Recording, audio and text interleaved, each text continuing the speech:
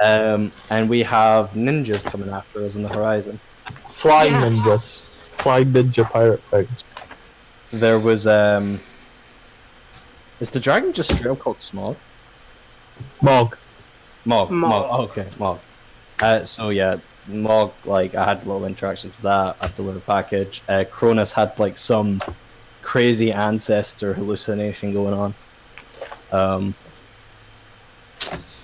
Apparently that package is kind of important. It's like a doohickey for navigation. It's very over my head. Yeah, I think that's about all the hams. Oh yeah, there was the weird cow lady and all that. Yeah, one of the, just a little background that probably you guys would have in general known about airships and flying is that one of the biggest threats among the worlds, if you're going to fly, is these gigantic flying manta rays, essentially, that can flicker into existence, kind of at any point in the sky, and then they float around for a bit and swallow whatever's in their path, and then they kind of flicker to another world. So that has been one of the bigger threats that airships have faced, is these big, massive things that they might run into or get swallowed by at a moment's notice. Sounds like the ideal bet. So that device that was delivered is hopefully going to help with detecting that. So is this information that I would have told by the wizard that I would have assumed to tell the party, because I am inept when it comes to airships? I don't have been able to read that. Strange bird creatures may attack this ship, so use the device. I think that might have... boy. I don't know if anybody actually knows that. I imagine that's the kind of thing stories are told about, so Phoenix probably has a grasp of it. True. I can spout lore on it if you want. Sure, go ahead. Give us that hint. Where is it? A little bit interesting, so a little bit of knowledge about them. Alright, yeah, you've heard about these rays and maybe seen one or two at a great distance. So yeah, you have some idea that they might pose a danger. Hey Silver, you went to go grab a drink, right? Yes, I think I'm chilling with the, well, I was before the airship blew out. I think I'm back there. No, that was actually, that was meant to be asked in character. I was about to ask for a drink. I think I'm going to need some liquid courage. Sorry. Oh, we just jumping in then? Yeah. Alright, chill. You see, like, I'll kind of, when you ask that question, I'll kind of ruffle around in my satchel and think to myself for but a moment before I pull out this mysterious vial of this kind of honey-looking liquid. And I think this should suffice. That doesn't look like anything we had on the ship, Phoenix says, taking it, kind of sniffing it cautiously. Well, you see, it's a concoction of my own making. It's honeydew, I call it. Oh well, bottoms up. Phoenix downs it. Cool. That was a lot easier than expected. Phoenix is a rather trusting idiot. Well, Alright, so... I mean, brave soul, yes. Definitely not an idiot. So Phoenix, you suddenly, as you down this this incredible tasting liquid, that you've actually once in your travels met this guy Silver once upon a time, and you don't know each other very well, but you seem to recall that you were friends back when you met up and went on your adventures. Oh? Oh, you're my best mate there, Silver. Phoenix says, staggering over and patting him firmly on the shoulder. This is great.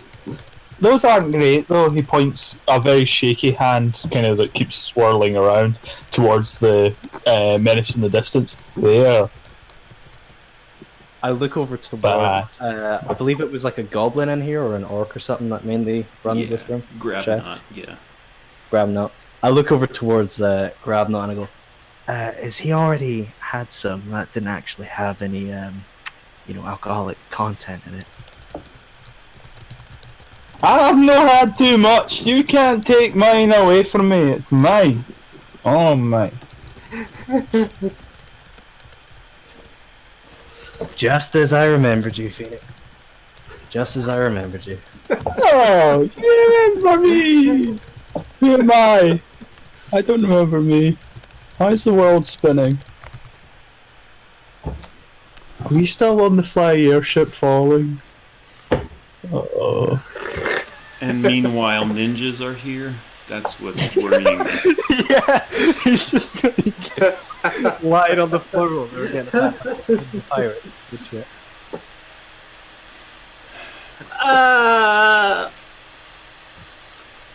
Are you guys, Phoenix and Silver, are you guys drinking at the moment? Oh no, I'm just totally drunk on a placebo. I would be having some light drinks. Well, I fixed the engine. Do we know there's pirates on the horizon? Like all of us are just like Captain and Adrian and all that? I just pointed to them and said they're not very good, so yeah, you guys are aware. Okay. Yeah, it'd be very light drinking then while I anticipate that. What is our plan to deal with this, by the way?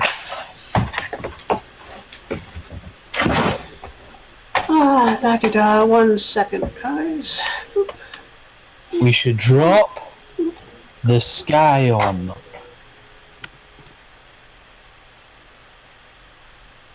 Marvelous. Simply marvelous. I think that'll nods proudly to himself, yeah. And then goes back to kind of nursing his head and grabbing water. Okay, you guys are not that big, but yeah, where's everybody else? Hang on. Corvus. Yeah, no, I want all you guys at once. Not gonna work. Screen. You. I just realised that you already completely trust my character. Like, I don't think that would have actually had any effect on you. Good to know, though. I don't know if completely trust is necessarily the right word, but he's relatively trusting, period, if that makes sense. So, yeah, I don't think you lost anything. Okay, I think that was stronger than you said, because I'm seeing double. Now triple. Silver! So many silvers! Are we rich? Is there lots of silver? Not just silver. That's like some silver clone jitsu going on right there. I don't know why there's so many. Oh dear. What the heck? Let's get rid of those non-existent. No! Oh, were you doing anything? Who was that? Oh, Was that that yeah, I deleted those. Were you doing a thing with them or something? Yeah. You guys are on the sorry. map here. Wait, can you delete it? Really? Yeah, I can. Yeah, if it's our characters, we can delete them. Yeah, I'm trying to get you guys sized properly. I want you guys all sized once. Nah, So, just doing it one at a time. there we go. Okay. What was I damaged from? That would have healed. Okay.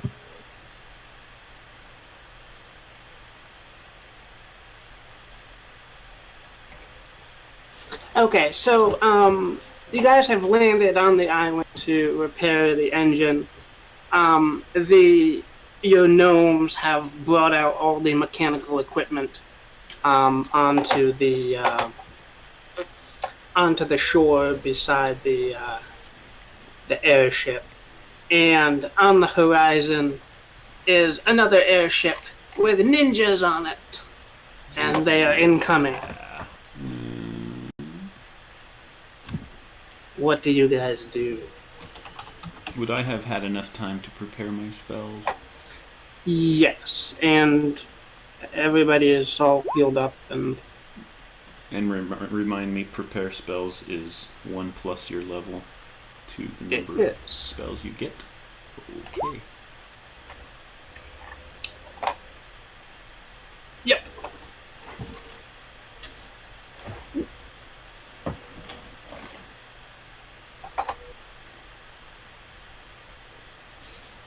Three,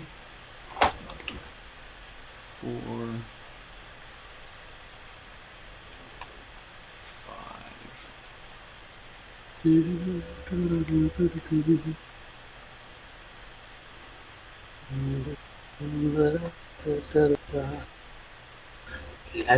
Those two will do. Okay.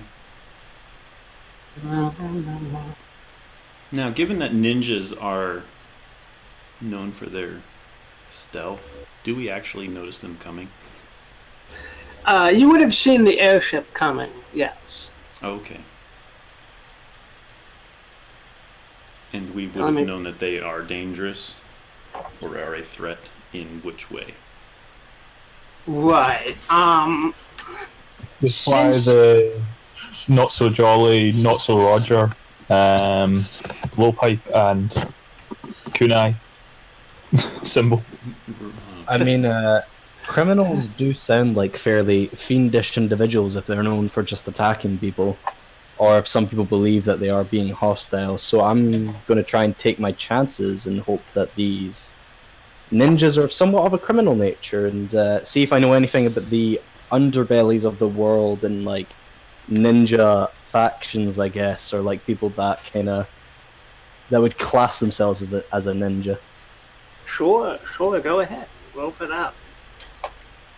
So that'll be... Wait, is that rolling, or do you just know it? Rolling. I still have to roll. I just get a tiny modifier if they're of a criminal nature. Okay, great. Discern reality. Yeah, put that in the bar, please. Discern reality. Oh, do I have to set my total for it? Ah, there we go. That'll be why that's being weird. And that'll be a +1 on that, so it's 11. Nice, very good. All right.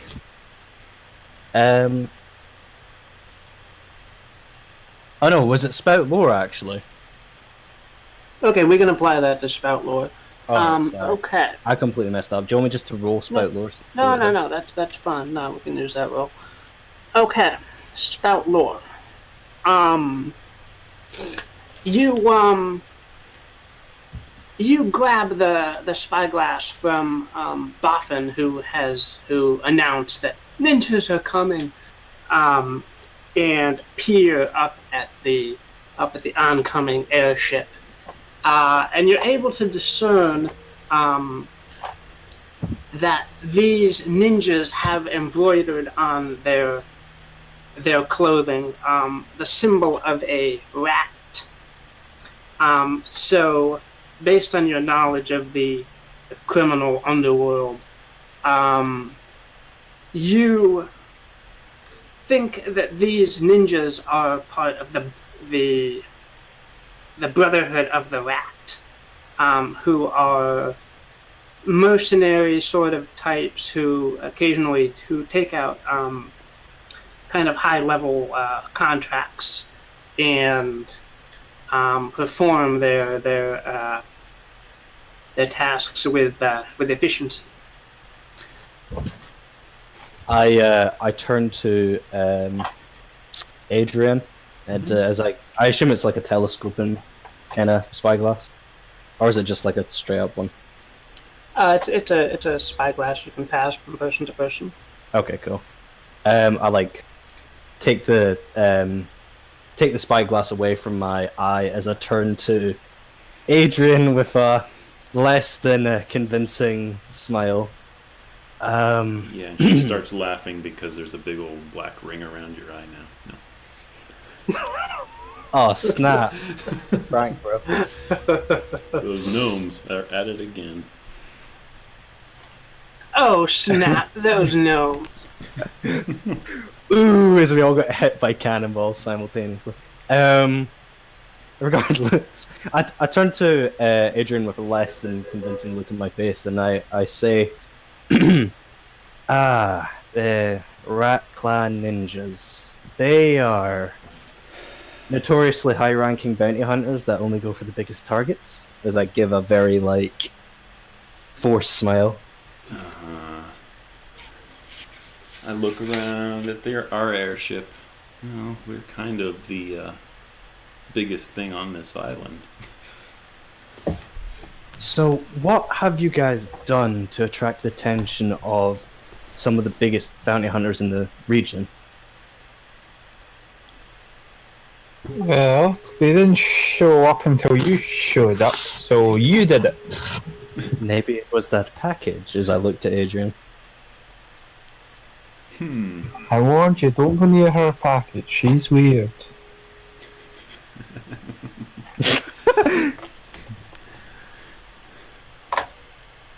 This is the anti-ray hiding device or whatever. The package that we're referring to. I think he said it's I think your mentor, as you called him, said it was some kind of prototype or something like that. Could be very valuable, especially for hunters. Right.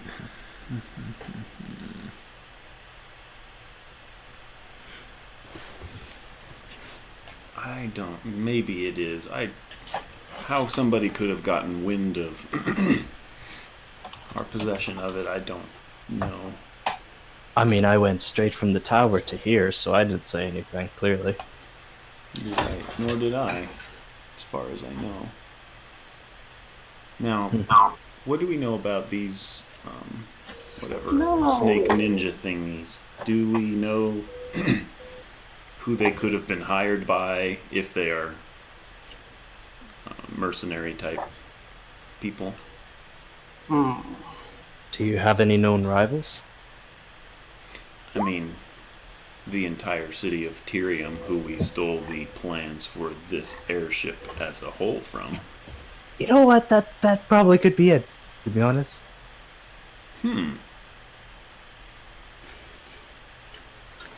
I think bounty hunters, as underground as they may be at times, I'm sure they would not turn down a good coin from a city to hunt down a bunch of degenerates. Right. You start saying it. We're not saying this is it. And we're not in a fighting situation. The airship drifts closer, and a hail of arrows starts to shoot from it towards you guys. Well, that's the clincher right there. Of course they're against us. I duck and cover, if possible. Yep. Okay. Alrighty. Everybody roll for defy danger, I guess, if you want to try and dodge out of the way, or Yep, I'm... maybe intelligence to duck behind a tree. No, my ducking behind is going to involve the entire airship. So I'm going to come down here and just hide behind the... Yeah, I'm doing a sprint for the airship as well. That's cool. Phoenix stands out in the open in a drunken stupor, wondering why the sky is falling.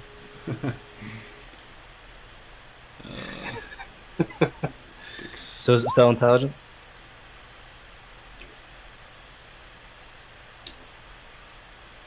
What was that?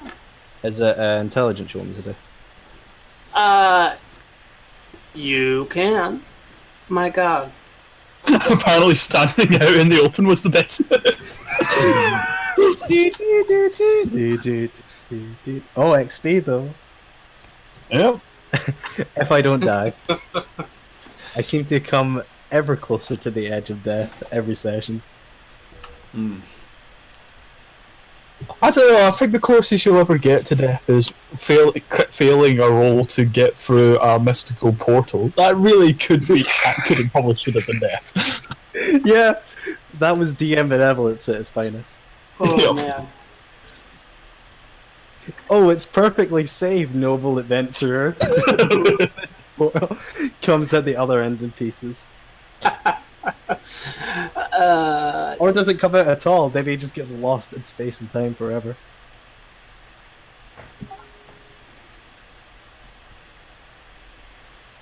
Alrighty, Corvus manages to duck behind this log here. Adrian, you manage to, let's see.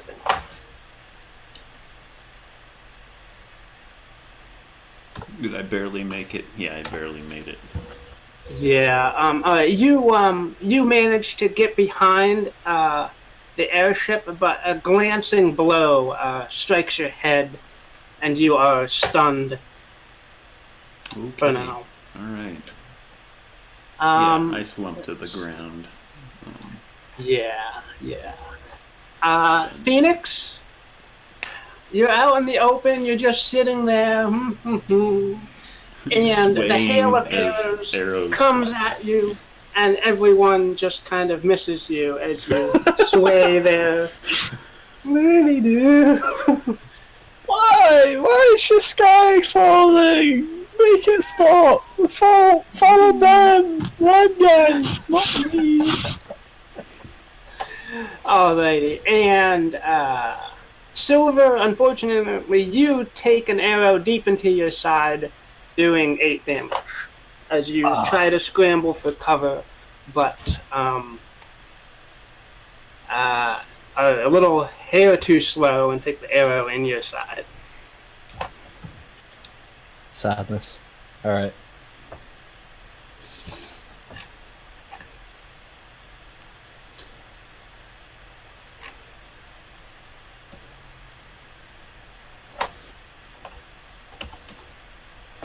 Does so obviously I've been on the ship for a little while. Did I notice that there was any like cannons or ballistas or anything like that set up? There are, yeah. There's like 2 or 4 ballistas on the side wings, on the side decks. So, Do we know if the ship's coming from the side? Let's see. One of the ballistas would be able to point at the oncoming airship.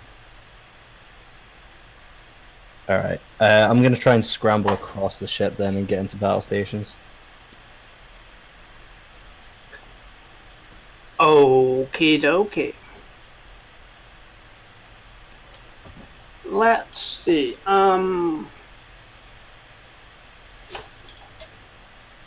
Okay, you can do that. Phoenix, what are you doing?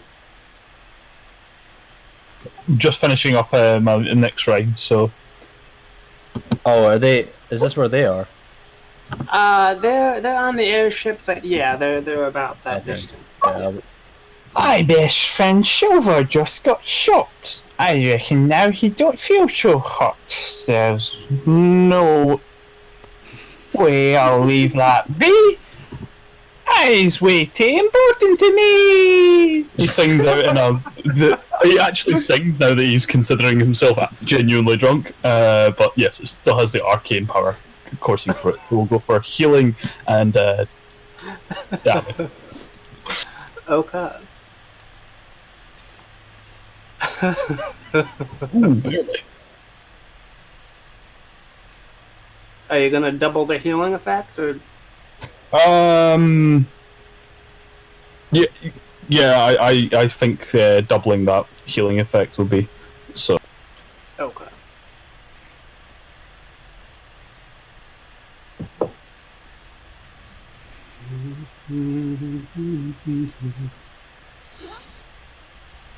Wow, that is atrocious. Sorry, mate. I tried. it's fine. My luck today, man, it is not good. On the plus side, you're going to hurt a lot at whatever you hit to the 2d4 plus 4, so that's got to count for some. True. Just hope you don't somehow shoot yourself with the ballista. Oh, today is Obviously, Sean, something happens as well. Yeah, I'm guessing it won't make much sense for me to heal and increase the damage of everyone else, so I'm guessing they just shoot me or something. Aww. Because I doubt they're within my singing range for them to hear my wonderful lyrics.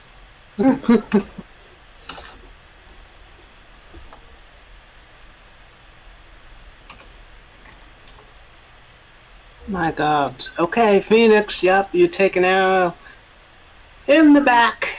Why? The ninjas start to drop smoke bombs, and everything becomes obscured. Oh, great. How far were they? Yeah, the airship has drifted. Oh wait, hang on, sorry. Silver, you have time to get off a shot before they drop the smoke bombs if you want. I will do that. I thank my drunken friend for the heal. Can someone get the... I think he's a bard. Someone get the bard inside. And I get to fire off a shot. Alrighty. Yes, I will do that. Level, So that's a volley. Yes. Man. Okay. I'll take that. Okay. Wow. And the ballistas are kind of special. They do 2d6 damage. Nice. But you have to lose a bolt every time you do that. So, Could I target something off the ship, or would this be purely onto one of the targets? you can target something on the ship, sure. I want to try and get them into the same situation as us, so we don't get strafed. I'm gonna maybe, because they kind of have the advantage right now. Is there any like visible engines on that ship, or like balloons, or? Yeah, there's a big balloon that is supporting the ship part of the airship. Okay. There's presumably an engine or something in there, but you can't quite make out where it is. Okay, I'm just gonna pop that balloon for now then, Alrighty. and just damage in case you want it. Okay, yeah, that's gonna go right through their balloon, and you're gonna see the airship slowly sink down and kind of crash land on these two islands here. Actually, I forgot power.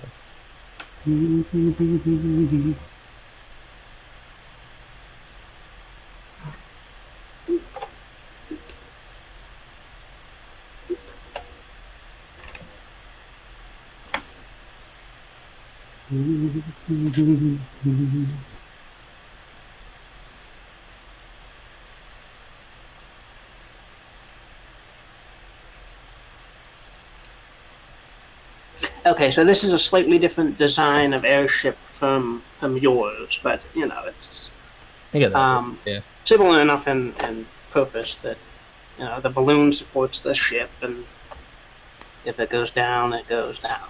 So okay, the airship is down. The ninjas are swarming over the side. Adrian, what do you do? Yeah. Corvus is gonna come along here and grab Phoenix and hustle him onto the. But I did that! I made the sky hole! Why, Corvus? Why? Oh! Adrian, what do you do here? Yeah. I'm trying to think of what I could do being stunned and all. Other than just, like, sit there. Well, by stunned I meant the affliction that affects you. Yeah, I know. I'm just trying to work it in, but okay.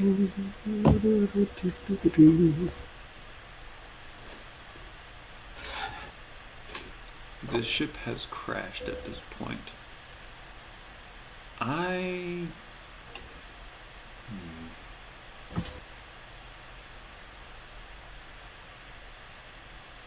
I've got genuine concerns you're about to light an entire helium balloon on fire.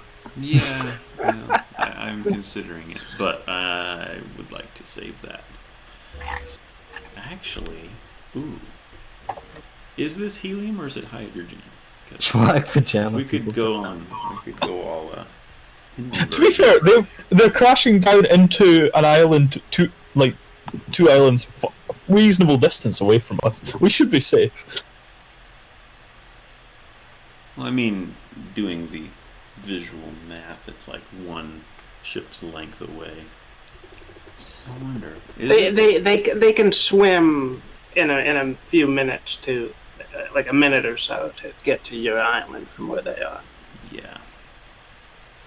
A minute of shooting arrows at them, though, whilst they're in the water and can't dodge, is actually pretty dangerous.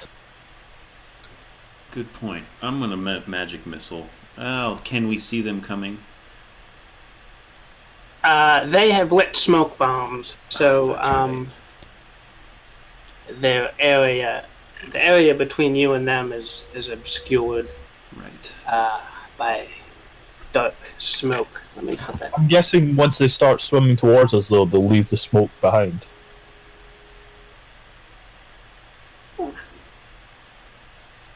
Depends where the furthest smoke, I guess.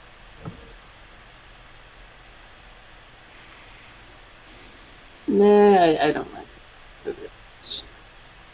I'm wondering if I can like prepare magic missile to kind of make sure it actually works, or get a sort of a boost to it.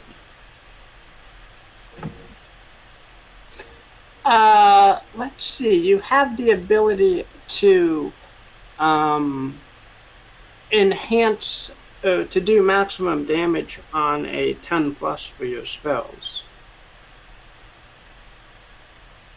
That's true. I do like this. Let me try that. When you cast a spell on a 10+, you have an option. Oh, that's actually as I cast it, though. Right. So it's kind of a passive, always applies if I roll great. Ooh, hang on. Would I be able to see through their smoke screen with my demon eye? That's a cool idea. You can try that, yeah. Let's give that a try. Cool. I'm just shooting in the dark, figuratively Roast. speaking, on whether or not this is a place of power. Alright. I have a character question. If you have a demon eye, does that not mean you shouldn't be allowed in the human world anymore?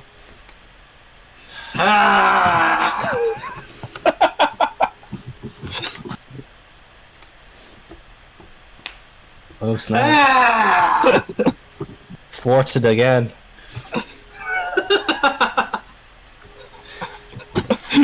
Felix has accidentally sent Adrian to hell. I'm just imagining Phoenix literally pulling out like the Dungeon World handbook and just flicking through it and going, like, raising his glasses a bit. No, he actually pulls out the contract he got Lucifer to sign and says, "No, you're not allowed here. You're a demon, you serve Lucifer, away you go. Right. I have it in blood." Wait, Okay.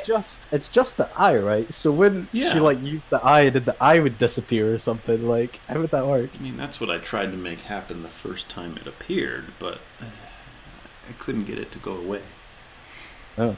So, When did you try Maybe that? it's just a rogue demon, maybe it doesn't serve Lucifer somehow. I mean, it's possible. Okay, anyway, Adrian, you are demon glow with power. And as you embrace that power, your other eye slowly turns into a demon eye as well. Oh boy. I've got two.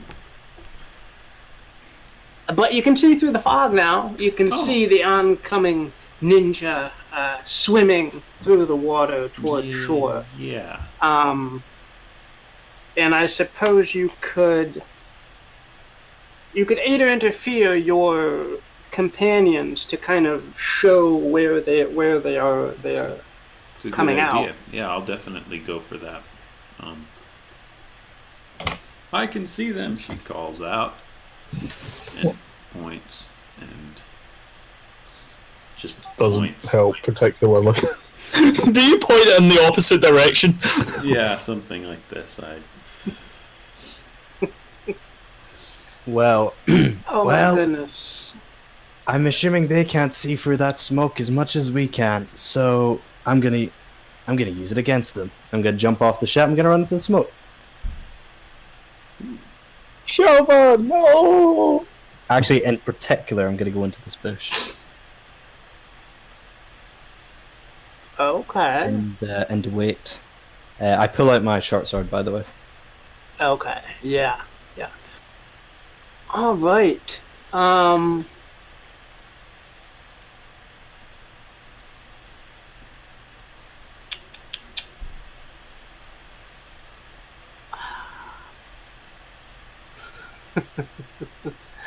Alrighty.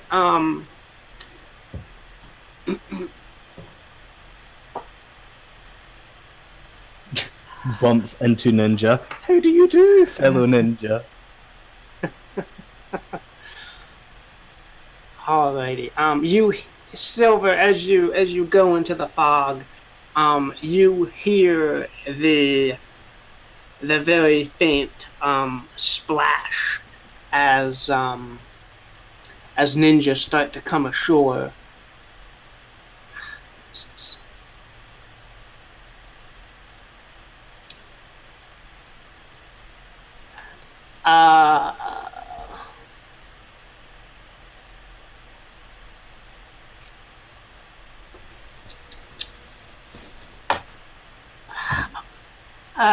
Silver, can you make a discern realities here? I can. That wasn't me. I don't know who that was. Oh. It's in reality. Oh boy. More XP. I've almost leveled up, guys. Man. Congrats. Oh, I'm gonna die. Alright, your rapid breathing gives away your position in the smoke and fog here, and you get a sword right in your back as a ninja creeps up behind you and stabs you. Can we get a better 2d6? That work? Oh, that sounds like a bad idea. No, that doesn't work. So let's see here. 3 damage, and your armor would count against that if you have armor. Yes.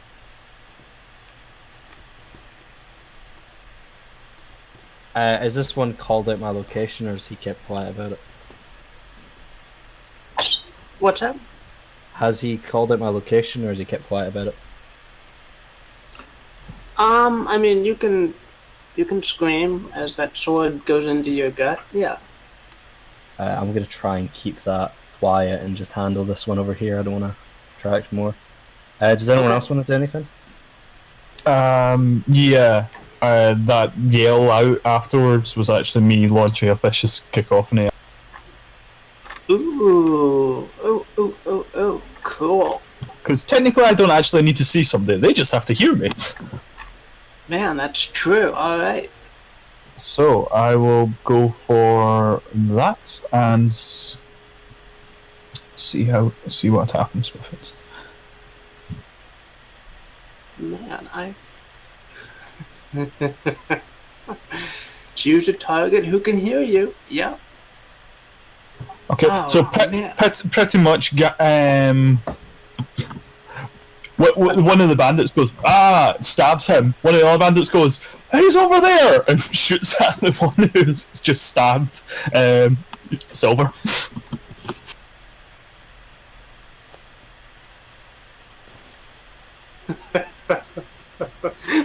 So they mistake the guy yelling to stab somebody as actually one of our guys charging at them yelling. Oh god, alright. One of the ninjas hears you, Phoenix. And yeah, we'll hear in the fog the attack of his compatriot, and will lunge through the mists and stab the ninja that was stabbing Silver. Oh, could the people on their airship also kind of just open fire in that general direction as well? So we basically have a nice little cloud of arrows that are pointing the way to the. Unfortunately, I don't think I can reach the airship because yeah.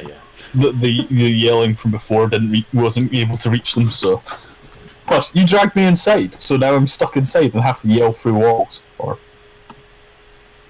whatever the airship's made out of. Hey man, I didn't drag you inside. That was all Corvus, my dude. You ordered him. Weirdly, he obeyed. Felix will kind of be looking at Corvus as if to say, "You're the stabby guy. Make with the stabby." I would like to let Adrian have a shot next, but this is a prime window of opportunity for me to do something, so I would like to take it. While that guy jumped for the fog and stabbed the other one, was he surprised when he killed his friend? The one who was stabbed, yes, he was surprised. What about the stabber? It's a magical effect, so they don't really see it as an enemy, as an ally that they stab. At least that's been how we've run with it before. Mm-hmm. It's like light brainwashing. Oh, fair enough. And the character next to me does it. I'm guessing at this point he knows I'm here, yeah? He might not have if he was lunging forward towards the other guy. Oh, really? That's interesting. In that case, I'm going to make advantage of the situation. I'll let Adrian have a turn after this. I just wanted to. I'm gonna jump in and basically while I'm standing there, confused myself, I'm just gonna thrust at the other individual in kind of like a daze. And if he is surprised or defenseless, then backstab would trigger. That's entirely up to you though. So I'm just going to do the hack and slash. Alright, roll for backstab. Okay, then that's alright. Damage is awful though. Is that a straight roll or would that count for backstab?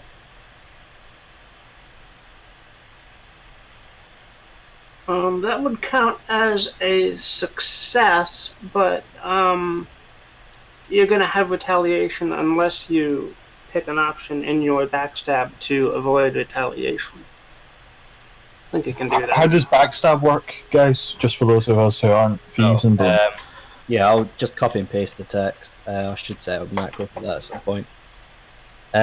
Basically, so what if I attack a creature that is either surprised or defenseless with a melee weapon, I can choose one of these options instead of two, since it was an 8. If it does proc, that is, if he was surprised. So what I would go for is just the extra damage is what I would do. Remember, you've already got 2d4 plus 4. The damage you're causing is pretty high already. That is true, so I would like to not get in melee with him and probably run away because I'm not in the situation to take on all these ninjas alone. So an extra 2d4, I'll roll that. Oh, that's a bit better. 6.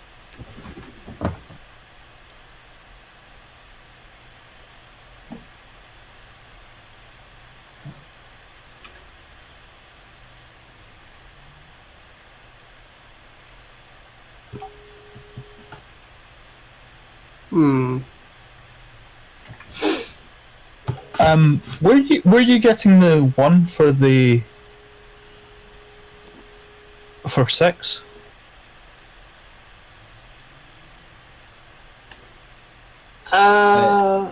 At your option, you may add 2 open yourself. That's on a 10 plus. Yeah. I think it's. Do you not just roll your normal melee damage? Oh yeah, I should have done that as well. I'm all over the place today. When you attack a surprise or defenseless enemy with a melee weapon, you choose to deal your damage or roll plus dexterity. On the 10 plus, choose 2. On the 7 through 9, Or choose I missed 1. that. You can choose. So on the 7 through 9, you don't get into. You can choose 1. Don't get into melee. Deal your damage plus 1d6. Create an advantage or reduce on.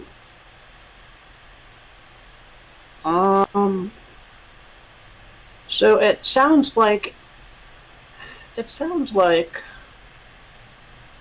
you can try to get into.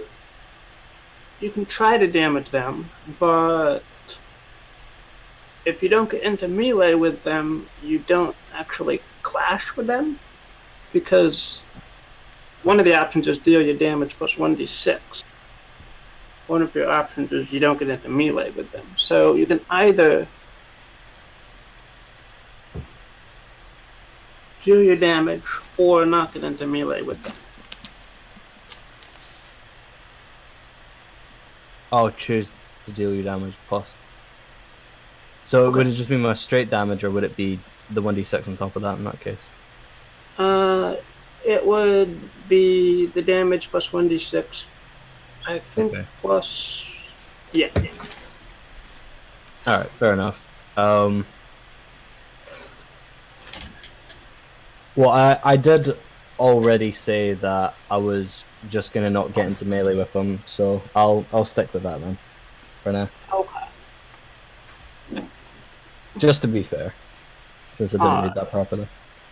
Okay, so you rush at the oncoming ninja. He is surprised, but in the scuffle, your blade manages to miss him.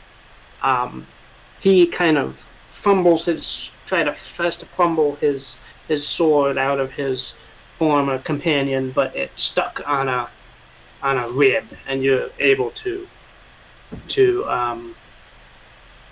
not get into melee with him. Adrian, your demon eye is still glowing here. You can see through the fog. There is more ninja oncoming. I mean, what do you do? Yeah, I basically came up with an explanation of why I failed my aid, and that being this is like a mad-eye, moody eye which rolled back in my head and was staring into the fog while I was basically pointing southward. I am going to cast magic missile at them, see if I can just hit them outright. Okay. Which would be... Oh, they're all different now. Prepare, recruit, mod, stats, change, what? Yeah. Cast spell. Where's cast spell? Oh, there. It'll be down in the bottom with the new system. Yeah. I'm not doing well. No.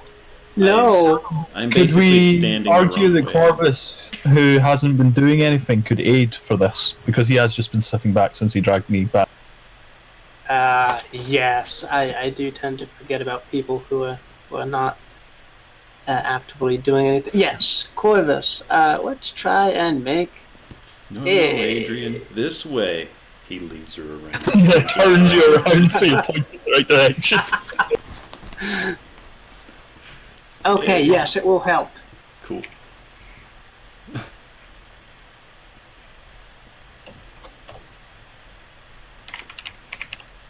All right.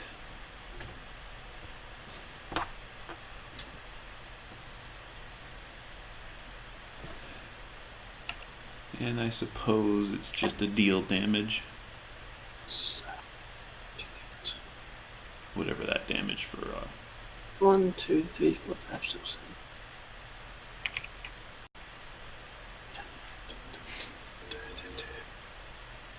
which is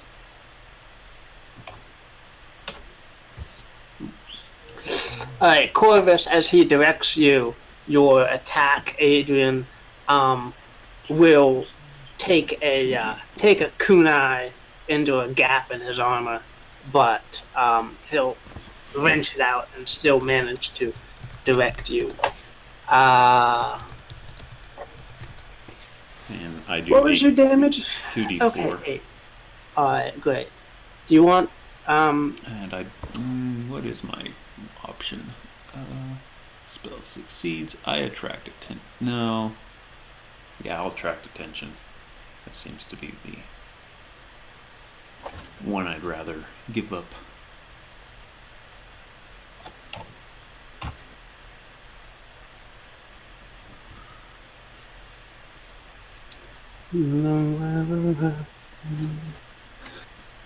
Okay.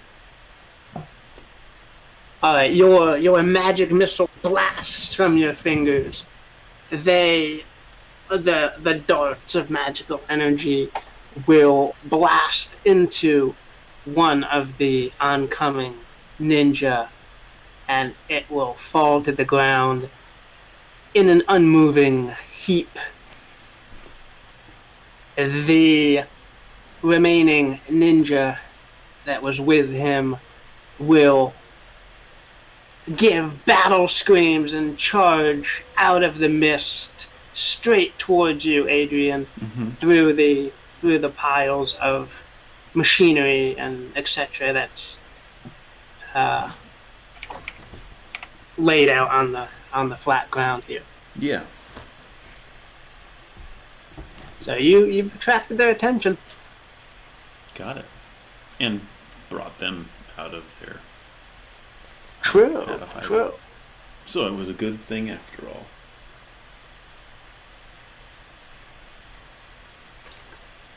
All right. What does everyone do here?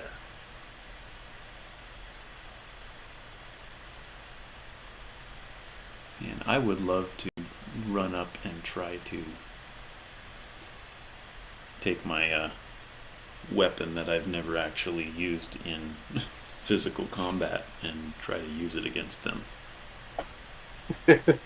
Okay. as hand-to-hand type of All right. thing. Your halberd has, I think, some amount of reach on it. So yeah, make a hack and slash towards the. Yeah. Apparently, I am not adept at this weapon. Oh boy! All right. Alrighty.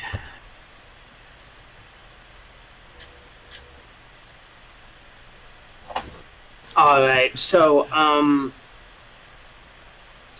the oncoming ninja slip around your clumsy attack and grapple you in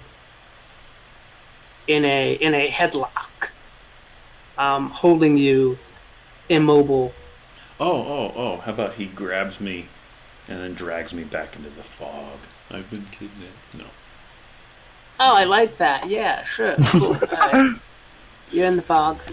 Oh, man. Okay.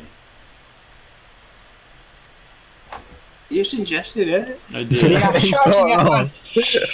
Silly ninjas in a rush. Jump and stabby. You guys are the baddie. Phoenix points to the one closest to the one who just kidnapped Adrian, and again tries to turn it up to 11 and make them free our Elvis, our poor elven wizard.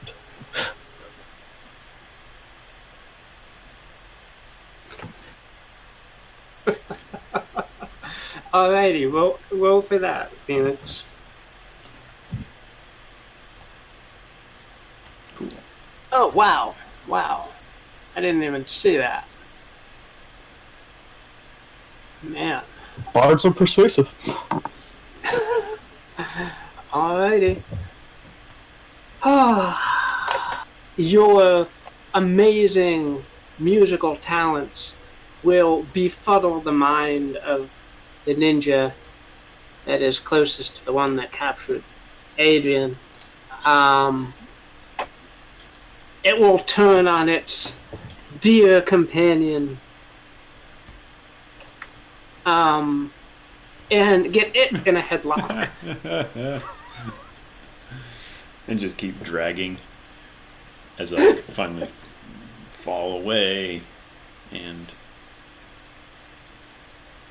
Okay, so the scramble two over to this. ninjas here are holding each other, but the one is still holding you, Adrian. So okay. all three of you are kind of immobile at the edge of the mist, and I'll just take off the fog of war, since I think it's kind of dispersing. There is fog. There we go. Alright. Silver, what do you do here? So my plan is is there any of these ninjas who are not paying attention to me? Because I know the one up north probably has his eyes on me, but I'm wondering if the other ones do. Got two wrestling with each other. I doubt they're focused on anyone.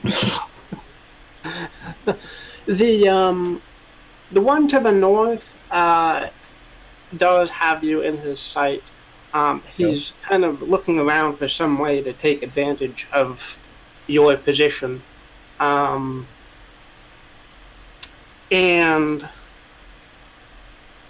it's actually going to dive into the water, back into the water here, and try to swim around.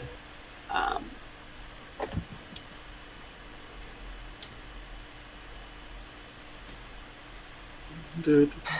As much as I would like to leave him be, I kind of don't want to do that, because in case he tries to do something to mess with the ship while we're battling. So what I'm going to do is I'm going to try, and I'm basically just going to run at the kid and jump over the over where he is swimming like an absolute madman, and thrust downwards screaming.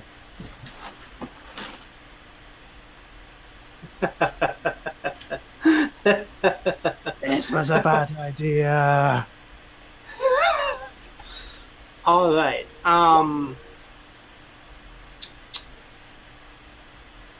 You can actually consider that a backstab, since he's kind of helpless as he's swimming along here. I am going to. Oh wait. Oh, fair enough. So I'm gonna test this out real quick. Hopefully I've made this correctly. Yeah, somewhat. I still need to figure out how to do the dex mod instead of dex stat for the roll bit. Cool. Cool. I'll just roll the 2d. So yeah, I'll figure Are it you out. just taking the damage, or are you rolling again? Well, I think it's. I'm gonna have to see what I get on the roll first, because. No, you can just deal your damage. Oh, I'm going for the roll. I want to try and get that extra little free damage and things along those lines, hopefully. Okay, well, either way, I'm going to deal my damage d8 plus 3. Okay. Alrighty, roll for the damage.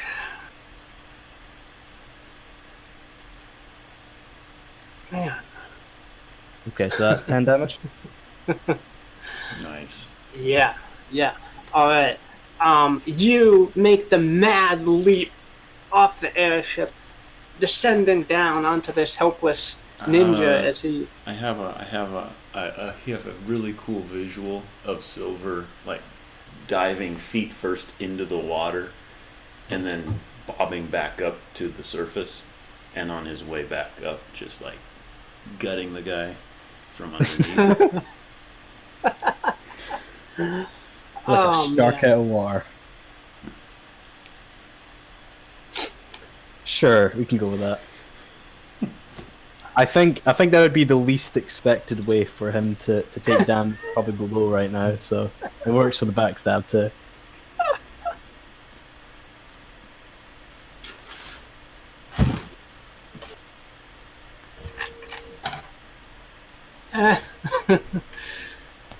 Okay, you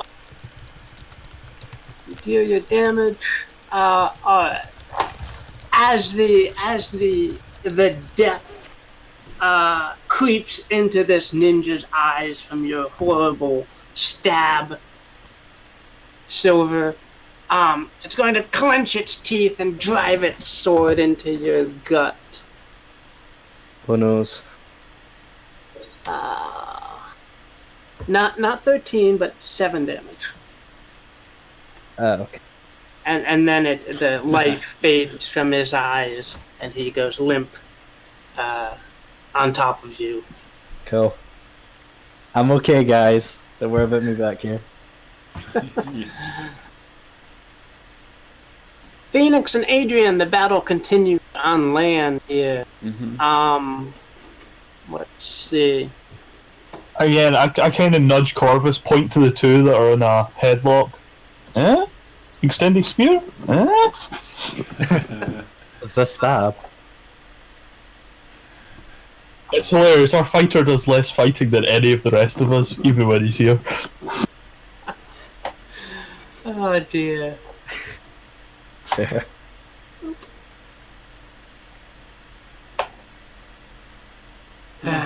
Nice. Fires are slow too, if I'm not mistaken. That is the spear. I mean, like, yeah. Okay. abilities and stuff. At this point, I would like to defy danger for dexterity to try to swing around and make sure it's the ninja that's between me and Corvus. Okay, sure. I was about to say, I think on a 12 he hits the right target, but Right. obviously not if you're... Okay, I threw it off then. Alright, Corvus is actually going to aim for this ninja here that is kind of halfway between you and Adrian.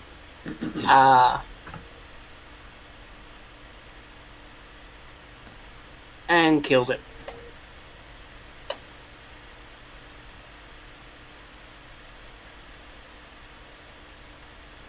Oh, cool. Alright.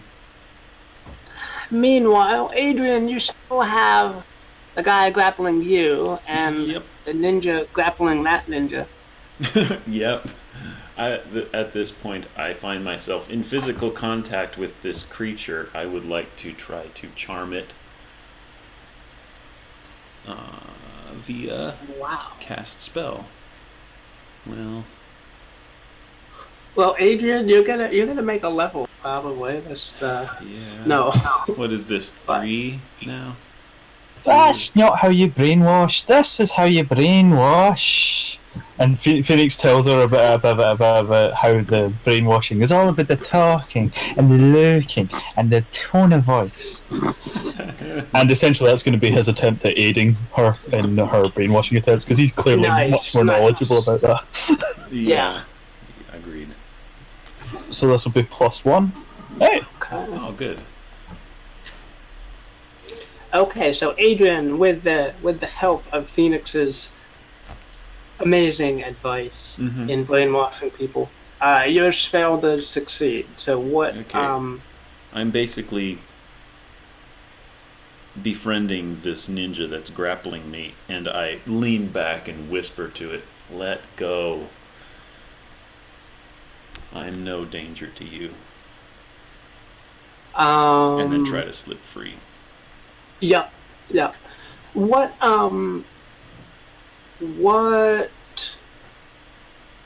what option do you want to choose for your 7 through 9 spell success, though? Oh, I'll forget it. Okay. I'll forget this one. Okay, so the words of magic you might touch this ninja that's holding you. Yep. And with Phoenix's help, he the charm succeeds, and he will kind of shake his head and give you a puzzled look, as if he doesn't remember where you've met, but he's no longer attacking you, at least. And at this point, I would like to maybe like swing around and swipe him with my halberd. Just as a vengeful move, if I can. If it's possible. Okay. Make that attack with advantage, since... Advantage meaning best of 2. Roll twice on your hack and slash. Okay. Yeah. Okay. I'll take the one that actually does damage. Okay. Alright. And so you're charming a person and then immediately attacking them, which dispels the charm. Yeah, but at least he's not hanging on to me, so I can try to get away now. True.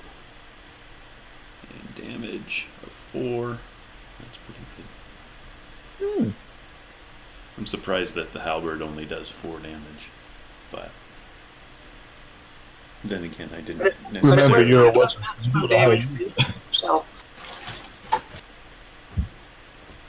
Alrighty, your new friend stands there in complete astonishment as you bring your halberd down, slashing his face with a long, painful cut. And he clutches a hand to his face and snarls in rage as he realizes you're not actually a friend at all. Yep.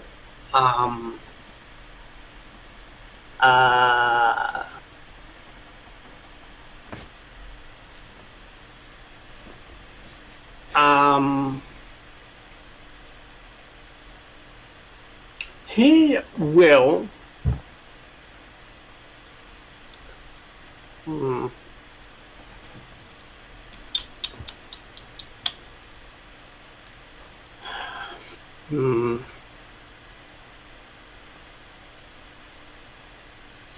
He will grab a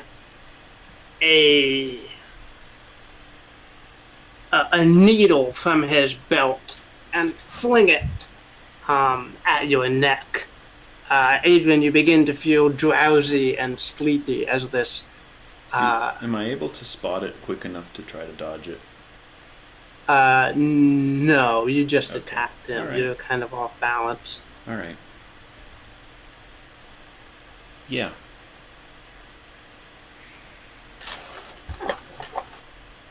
Okay, Silver, Phoenix, what are you doing here? You can hear the sound of the scuffle of Adrian and the ninja. I'm going to do a flurry of puns to help out Silver, because I think he's probably hurting quite a bit at the moment from all the cries and that's going on over there. And this situation seems bizarre enough, so I'm going to write this one out because half the puns are not going to make sense. Oh, God. I love your puns, Phoenix. You heal people in puns? Yeah, well, my bard doesn't normally like singing. This is the first time all campaign he's actually sung anything. Normally it's actually puns and daft rhymes and poems. But yeah. So I see a friend in pain. He may soon chill out for the final time. What a way to go that would be. He'll be fine, I'm sure. And yeah, he called out to try and heal up poor Silver. I swear I'm eating more damage in the tank, man.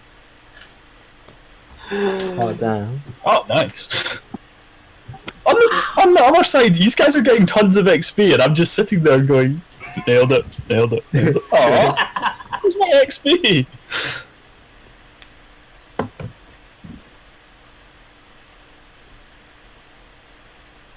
Alright, cool. That's better. Jeez. No, that's a heal. That's almost a build heal. Very good. See, it was not a waste of your time giving him that weird thing, because he might not have focused all the healing on you necessarily without the weird decision that you're now his bestest friend.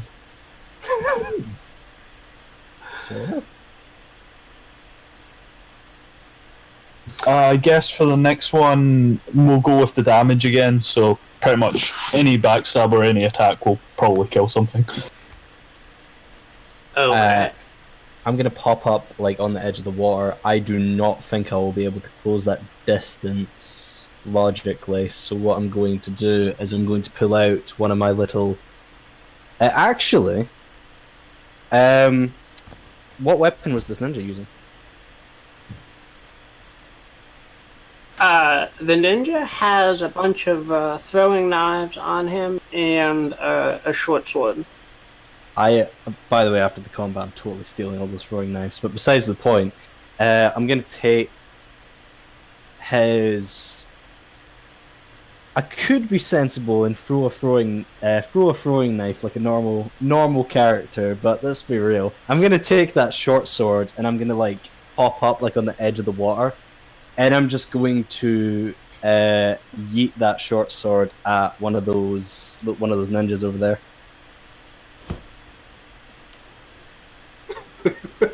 So that's volley. That's a volley.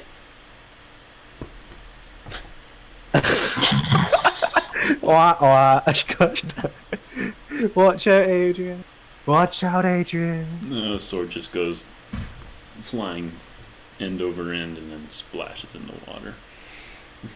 Ooh, I level up.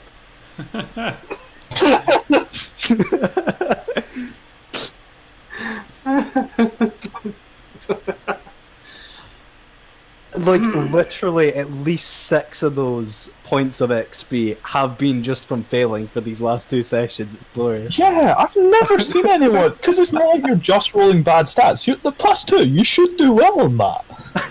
I'm just rolling ones all the time. Like 2 is a high roll for you. 2. Alright, that's me. I made my attempt to contribute to this fight. Okay. I think we'll be safer without your contributions. Oh, and I'm also roll for damage and add whatever Phoenix added to your attack. Oh, this is gonna hurt you, Adrian. Oh no. Oh no, indeed, because that's the 2d4, isn't it? 2d4 plus 4, yeah. So 2d4 plus 4? yeah. Oh, My bard is like kind of designed to make other people kill things. He can't fight at all to save them. oh no. Watch out, Adrian, as I lob directly for you, not even for the ninjas, for whatever reason. It's like, I got this! The ninja, using fast reflexes, is going to parry your thrown sword, Silver. It's going to be redirected at Phoenix and deal the 8 damage. How much damage? 11 total. Oh boy. That was some ninja deflection. Like, I think he he must have like 180'd that entirely. He's a ninja. Come on, ninjas do that kind of thing. True. Very true.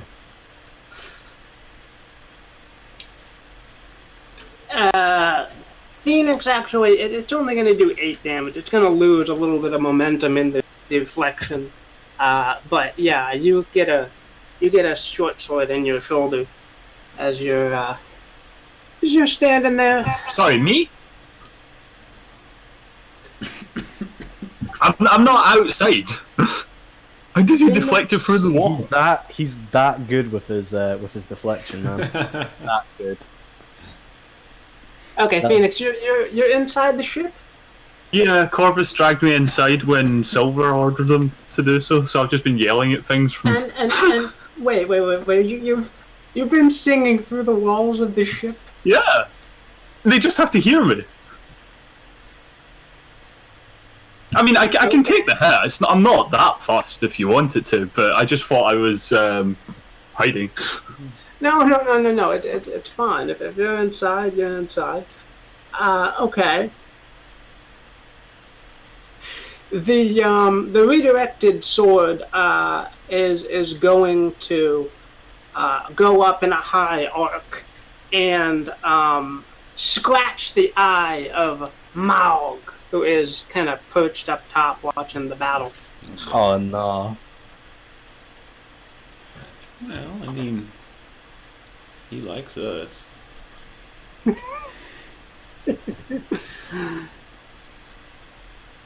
Yeah. Hopefully he doesn't realise that was my... Well, I mean, it came from the ninja.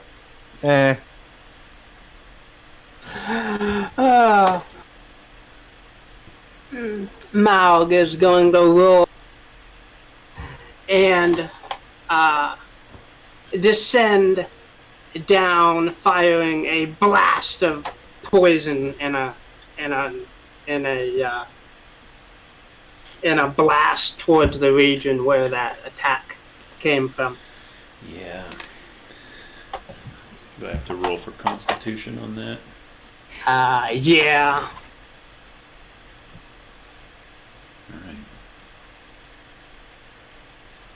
Alright. Oh, that's really good. About time. Hey, Adrian, you succeeded in... Wow.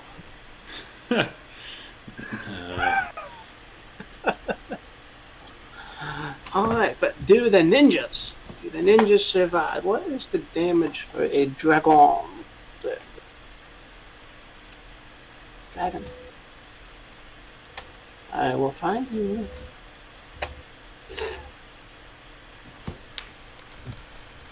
Forever.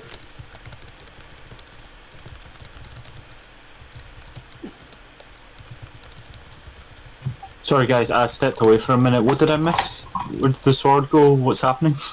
I didn't mean to exit Firefox. No. The sword was glanced away by one of the ninjas, and it sailed into the airship and nicked the dragon, and the dragon let loose with a blast back toward the ninjas, which I managed to dodge.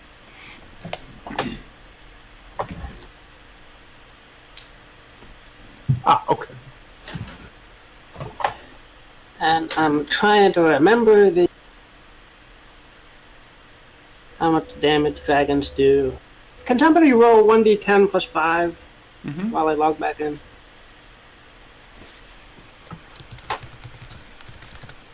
Full damage. Oh my gosh. Splat. Okay. That's the reason we brought him on. Okay, Adrian, you managed to withstand this.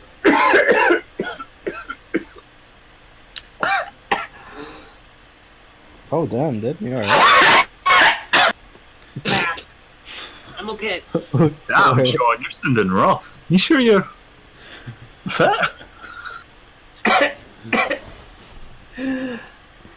Okay.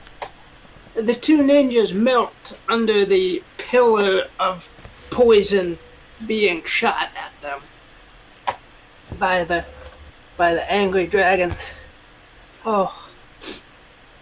And they collapse into puddles of goop. Yeah. Mug. Since I rolled for Constitution, I imagine I got actually hit, but I don't know. You just held your breath throughout. Yeah. Adrian, you also have magical shielding, so that might have protected you somewhat from the... Right, right. Oh, no. Rule number 1. Of killing adventurers, or ninjas in this case. But if you melt them into little puddles, you can't get any loot. You can't get any loot. You can't get a bigger treasure hoard. You can't melt them into puddles. This is basic stuff. It's good that you're learning, but come on. Yes. I will keep that in mind. I will use my claw. Phoenix knots. Yes. Speaking of delicious loot, I heard from a little birdie that they may have daggers on their body, or they may have throwing knives on their body, and I would like to scrounge those up. You can do that, sure. Cool. Let's see. 1, 2, 3, 4, 5, 6. You can gather up 6 throwing knives from the corpses if you want. Lovely. Thank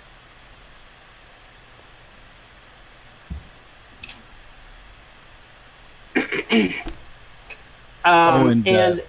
Sorry, you go first. No, go ahead. And just to clarify this, again, one of my rust areas, leveling up happens at the end of the session, yeah? Yes. Cool. Well, actually, no. Leveling up happens when you have downtime. Yeah, it doesn't cool. necessarily have to be. Yeah, you're leveled up. Oh, okay. Yeah, so whenever you have downtime, and experience, so that's, half a day or whatever, a day. Fair enough. All right, yeah. Or at the end of session. So. What? Okie dokie. Among the possessions that the ninjas have, one of them, who seems to be a little bit more senior than the others, will have a wanted poster on him. Is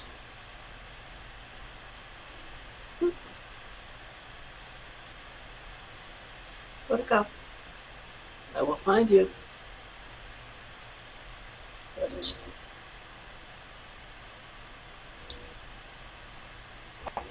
Oh.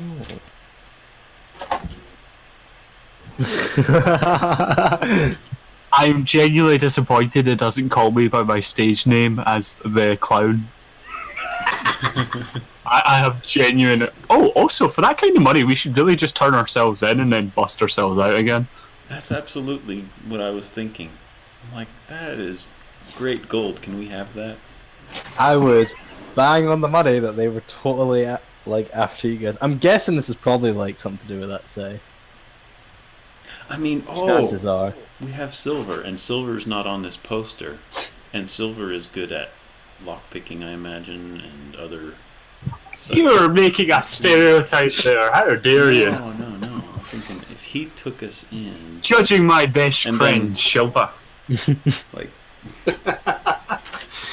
I mean, I will not clarify as to whether he is or is not wrong.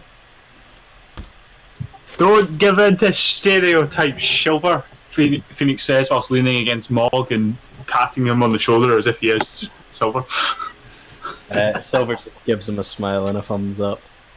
Cool, you can do thumbs up from over there when you're here. That's so cool.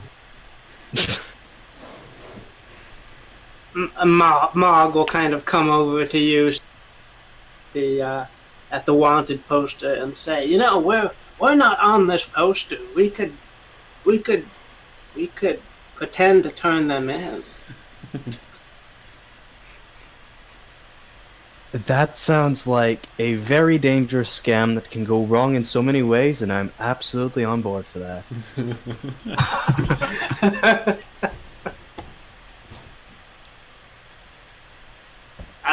one of the handouts that you guys should have access to is the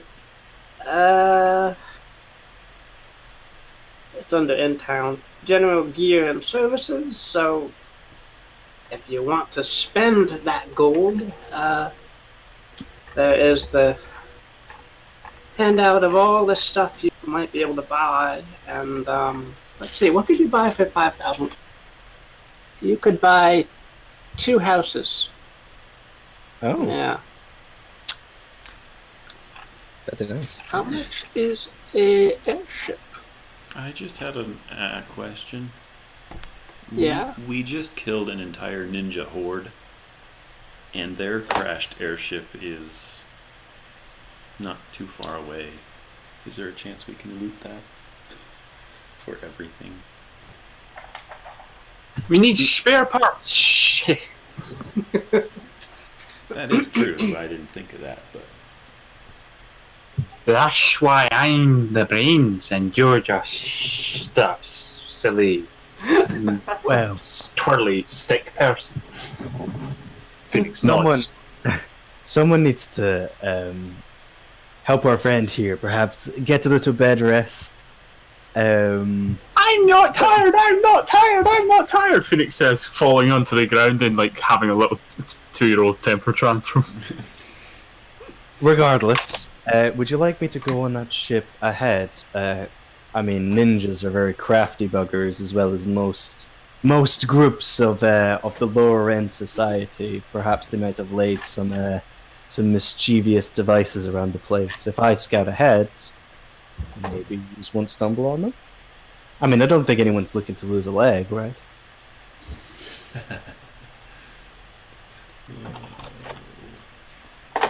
if only you knew.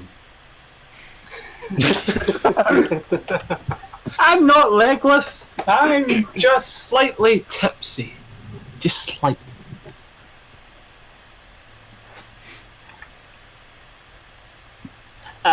Silver, you gonna go on the ship? If they let me scout ahead, I would like to. I'd be fine with that, yeah. I'm going to go after him. He's injured. I can't let my buddy Silver be going against those dangerous traps alone. Okay, I'll stop, turn around. I'm gonna try and pick up Phoenix and give him a piggyback onto the ship. Oh no, we have to swim across first. I think that's the first hurdle. But I'll try and get him across the water and bring him with me then, if that's at all possible. I'm not a very wise individual. I think bringing a drunk man along is the best idea I could have come up with. You need bait for pushing into the pressure traps and things like that. I wonder how this trap works. Pushes Phoenix into it. Ah! He's dead. Alright. Would I be able to get across the water with him? Make a strength to find danger. Oh, I'm actually pretty okay at those. Q2 ones. Don't jinx it, please. I'm jinxing the fact it's going to happen. No! Why? Phoenix will kind of go mush, mush, yeah, horsey, as is a pathetic attempt at rushing you to aid. The jinxing occurred. Alright. Yeah, mush, mush, horsey, mush. Oh, cool.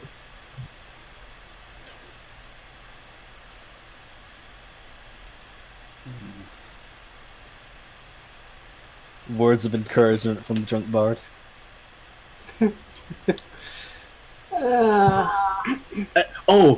Sean, how's this for cost? Phoenix ends up swallowing a whole lot of water when we go under, and so he needs to rest his vocal cords for a while.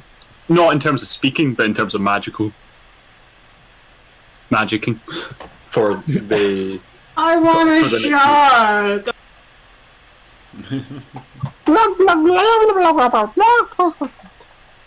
Drinking I love how literally no one's stopping me bringing this drunkard onto the ship. The rest of them know me well enough to know this. I'm probably just messing with you, but you're the new guy, so you haven't worked out yet. True. Alright, Phoenix, your magical voice temporarily damaged by the gargling seawater. No, sorry. Bad horsey! Bad horsey. Bad.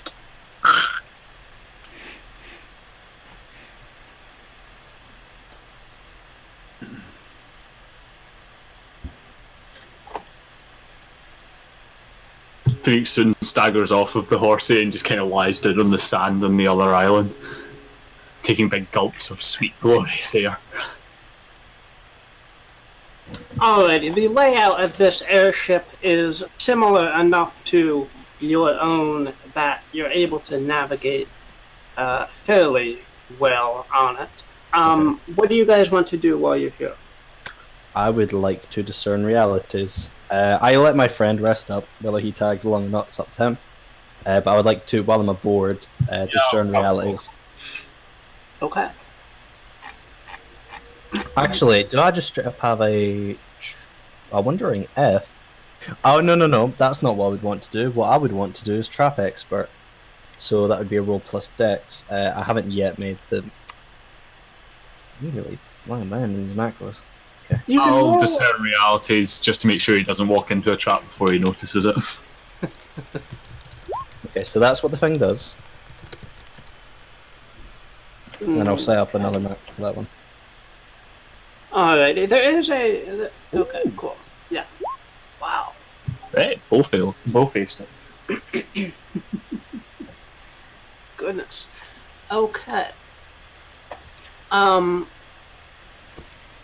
Let's see. Silver, you find one particular door of this airship has been rigged with a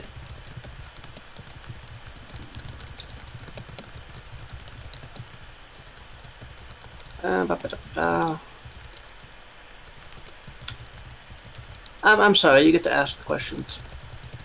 Oh yeah. So I would like to ask. Well, I was hoping for to. Well, actually, hold free, so it would be all three of them. So it would be. Is there a trap here? If so, what activates it? Okay, there is one door on this airship that has been trapped. And if someone turns the knob, a poisoned needle will jut out of the handle and stab their hand. That does not sound fun. So I guess that's also what does the trap do when activated. Okay, so when it's the handle's turned, it releases poison into the room, and it's an inhaled thing. It's a poison on the needle itself, so it. Oh, poison so you stab with it. Okay, cool. Yeah. And yeah, we got the second question. Is there anything else hidden here on this ship? Mm-hmm. Cool. So something hidden here, and then there's this one trap door. So I'm gonna make my best attempt to dismantle that.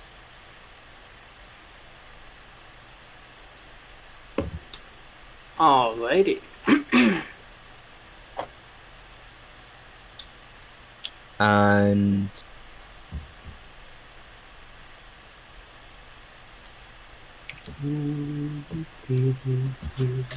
by the way, it totally slipped my mind to set up all like the macros for this stuff and just doing that in the background. No, that's fine whenever you get around to it. Back-to-back passes, are you feeling okay?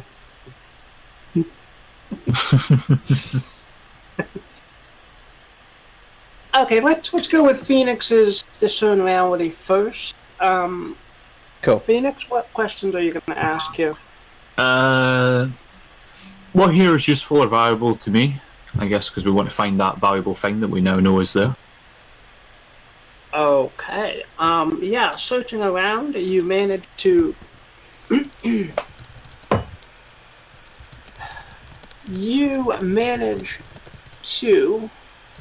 find a hidden compartment within which is a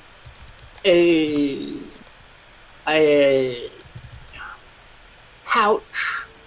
I don't know. A pouch filled with a silvery powder. and there's a label on this pouch that says powder of invisibility. Nice. Here, Silver. Catch. He's quite careful when he passes it across rather than actually saying catch.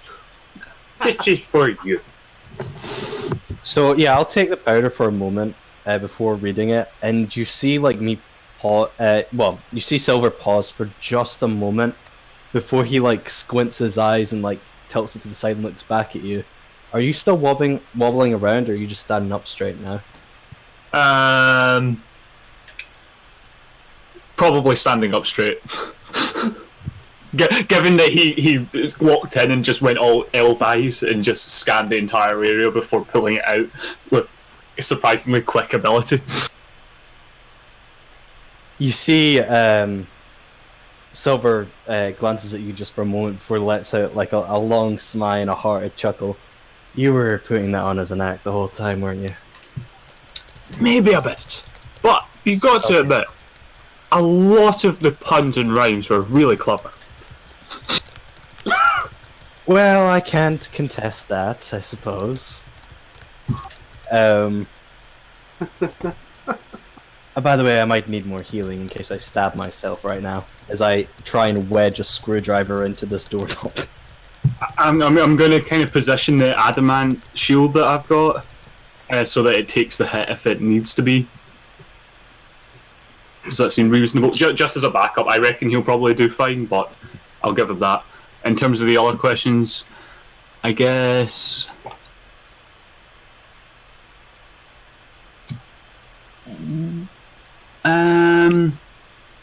who's really in control here? Like, obviously these bounty hunters got sent out after us, but is there any clues as to who tipped them off or sent them?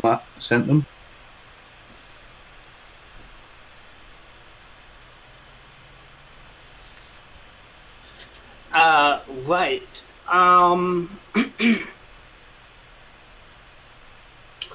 Right, so these ninjas are mercenaries. They have been hired by someone else to execute this hit. They have the poster, but you've never actually heard that they actively go after bounties. So, yes.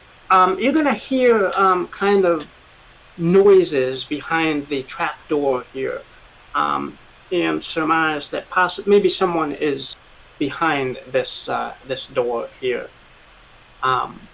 who might be directing these ninjas.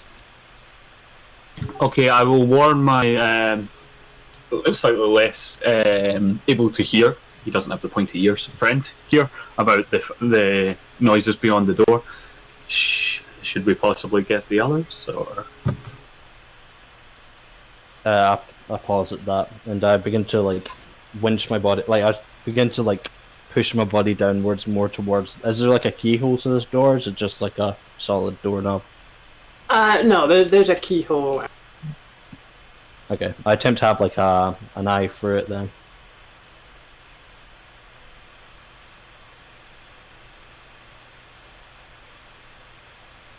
I'm sorry, what was that? I attempt to have an eye through it and see if I can see in another side. Oh, okay. Yeah, you can see through the keyhole that pacing back and forth in this room is well, the only thing you can see is like dirty, ragged robes moving back and forth as whoever this is pacing side to side. That was a fine shout. Phoenix, was it? That's the one. He goes on. I thought you knew me. I thought we were friends. When you travel as far as I have, you encounter a lot of people. Oh, I thought what we had was special. Again, that sounds a lot like the drunken Phoenix of mocking this, but he shrugs. I'm sure I'll get to know you more in time, but that's just... We'll focus on this for now. Okay. I guess what should I be on the lookout for would be the last one, and then we can jump to the either taking it apart or getting the others over. Yeah.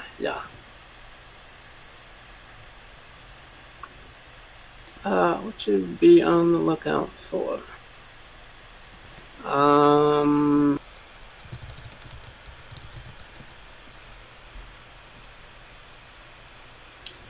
Yeah, what should you be on the lookout for? There is a cat perched on the rafters above your head, Phoenix, and it leaps at you.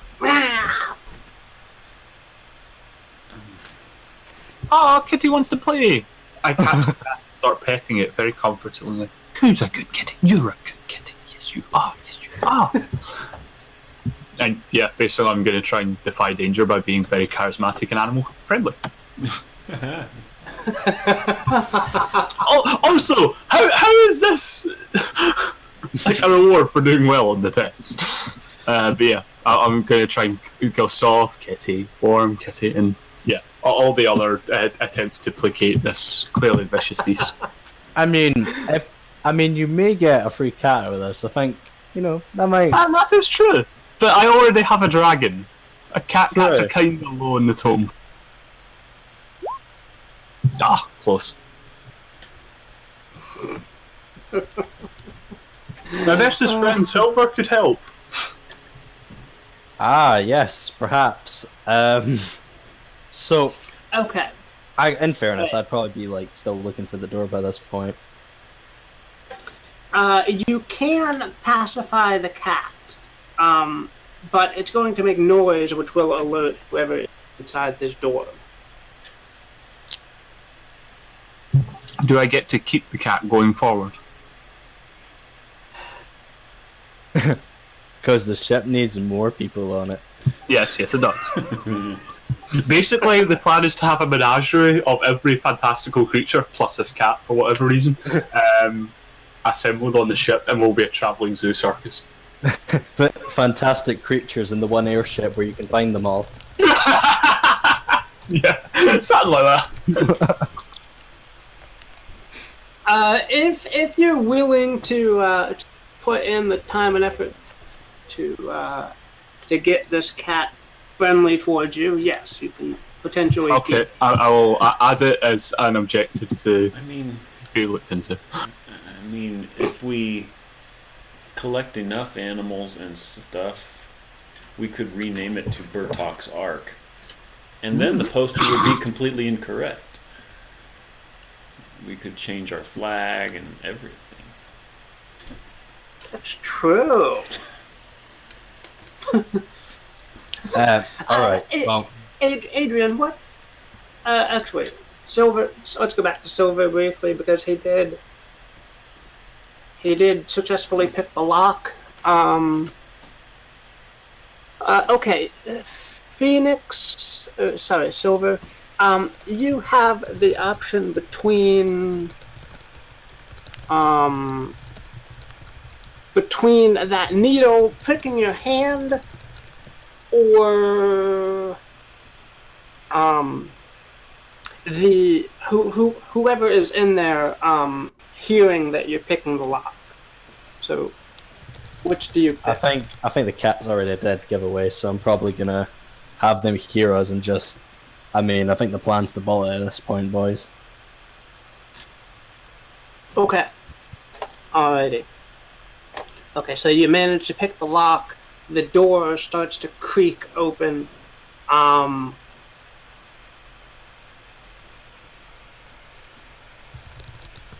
So that cat was fairly loud, right? When it was like down from the. How's cat size? Cat size? Yeah. Okay, I think that has made quite a bit of noise. So as soon as I pick the lock, then in that case, I'm just going to get up, turn to Phoenix, and be like, "We should leave and get the others." Huh? But Snowball, he holds up the cat. We can swim across the cat. We just need to get out of here. There's people on the outside I'm the door. sure he's a perfectly reasonable guy. You go get the others. I'll go and talk to him. Hello, mister on the other side of the door, Phoenix says, pushing it open and kind of stroking the cat. I've been expecting you. He does his best James Bond villain impersonation. And with that, I'm going to quickly try and hide around a corner then, while he's doing that. Oh no, no, I think... I don't want to leave you on your own though, in case something goes wrong. No, I'm just going to hide around a corner. Alrighty.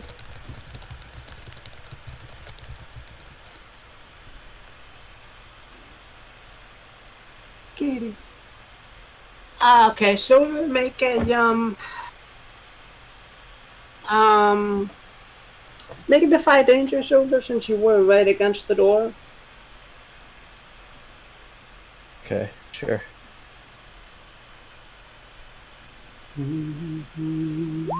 Oh yeah, the one thing I've done well on.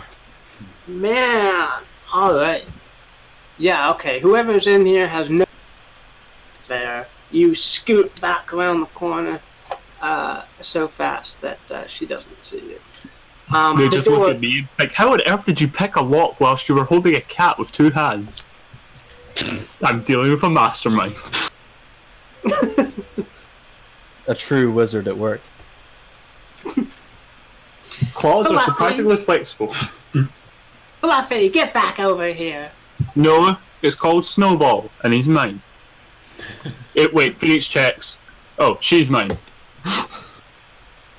Okay, she doesn't actually know I'm here, so what I'm gonna do is I'm gonna run to like an upper deck of the ship.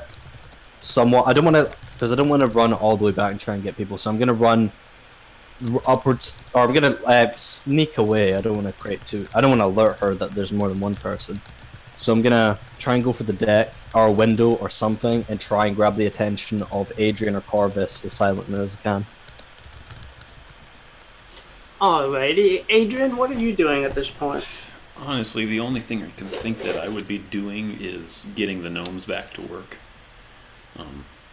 Just wandering around the first island, sorting out machinery, spotting the random shift of ninja corpses, and blasting them again, just to make sure they're all dead. Okay. Phoenix would have strong words about Adrian if he was still present. Yeah. She is still stunned slightly, so she's probably got a bad headache or something, and has gone back aboard the Nautulus to drink it away. No, that's probably not a great idea.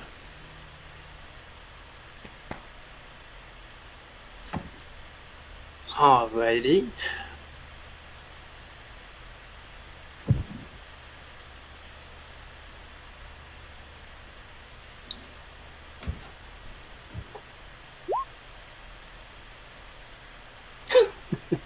Is Mog still outside?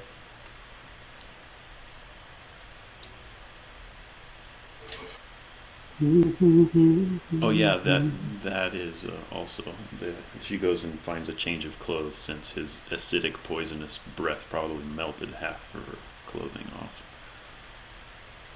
As like that was the part of her that suffered the most damage, since she managed to dodge or withstand the breath, the dragon breath. Oh. Yeah, apparently the rest of us were just completely disinterested in that. Yeah, much more interested in loot. Right. Great self-esteem.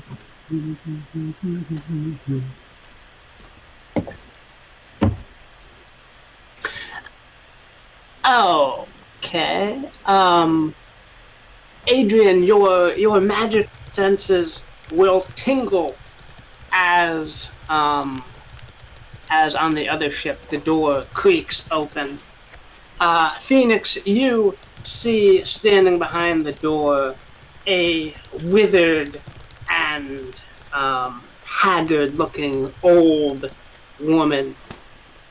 Her eyes are glowing menacingly. And she gestures to the cat, saying, "Fluffy, come back here." Snowball, no. Be a good cat. Where are my ninjas? Now we're doing this. The sky fell on them and they're sleeping it off. Also, I'm Gonzo. Nice to meet you. He honks his nose with his free hand and puts forward, and then puts it forward to shake.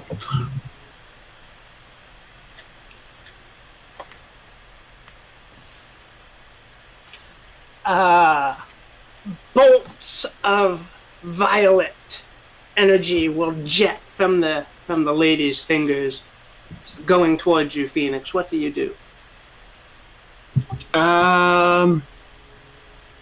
I think I'm going to try and resist that mentally.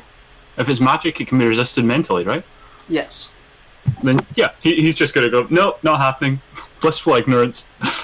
This is clearly not a situation where I need to worry about things.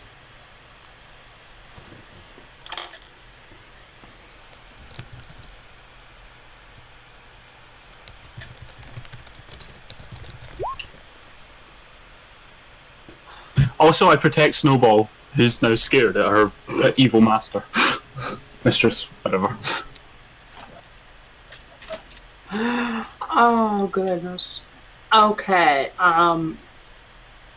the bolts of energy,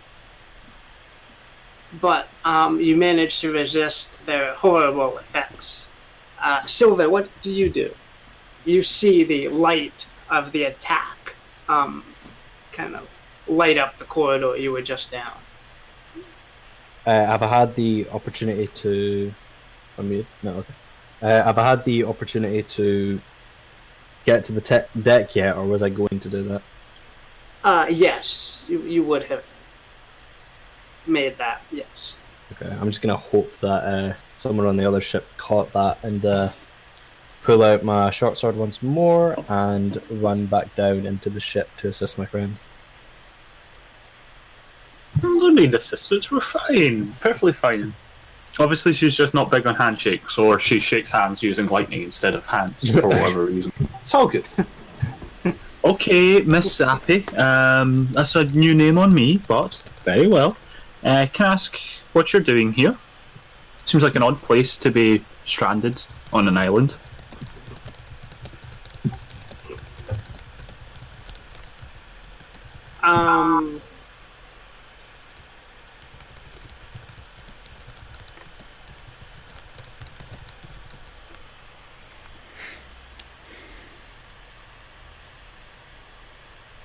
I must be a nightmare to GM for, Sean, because you have no idea how to plan around these things. Because they just don't make logical sense, do they?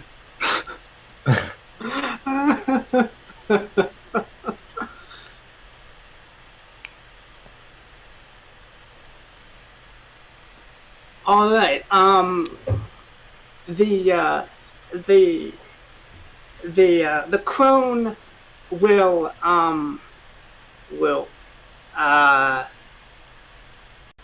what are you doing here? Why would she answer that? It honestly doesn't have to. She could just throw lightning at me again, but Yeah. Give me a heads up when I arrive in the scene, by the way. She will pull a copy of that poster, of that wanted poster, out of her dress, her robes. Look at it. And then her out eyes of curiosity, will gleam. when was this taken? Like, what kind of phoenix? I know it sounds ridiculous. What kind of phoenix is displayed in the pictures? Was it just as I arrived at the town before, or what kind of image is shown there? It looks like you. It looks like you. Found those. The reason I ask is because, remember, I've been dressed up as a clown for quite a while recently. So yes. Does that work as a disguise? Can't you tell it's me? Plus, I introduced myself as Gonzo, not Phoenix. The poster does have your disguise of a clown. Ah, got it. Oh well. And you introduce yourself as Gonzo. I like the name Gonzo. I think it's a funny name. It's a great name, except when Gonzo turns up. Okay, anyway. I think she's about to make you Gonzo if you keep Either that or Open Sesame on the old guts, but one of the two. Alright, Phoenix. I know there's a similarity there, he says when she pulls out the picture. But would you believe me if I said that 2 out of 3 of those people are not me?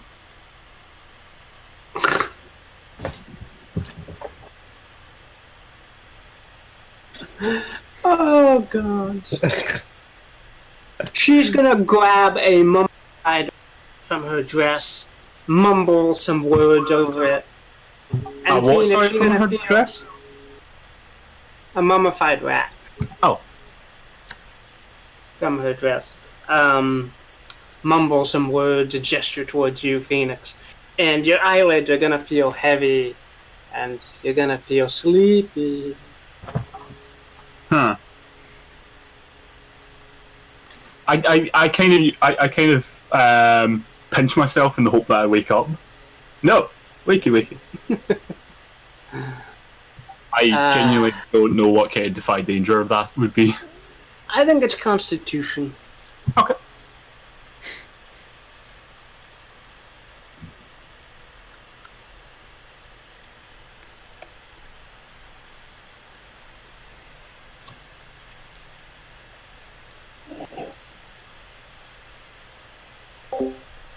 Ooh, that's Okay. You can withstand the sleeping spell she is casting on you, but you're going to drop snowballs. Okay.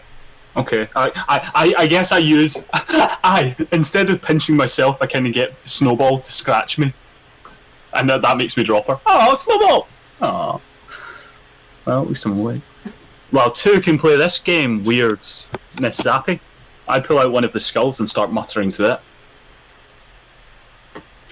it. have I arrived on the scene by now, by the way? Adrian, you're gonna feel your magical senses tingle again. Do you want to do anything?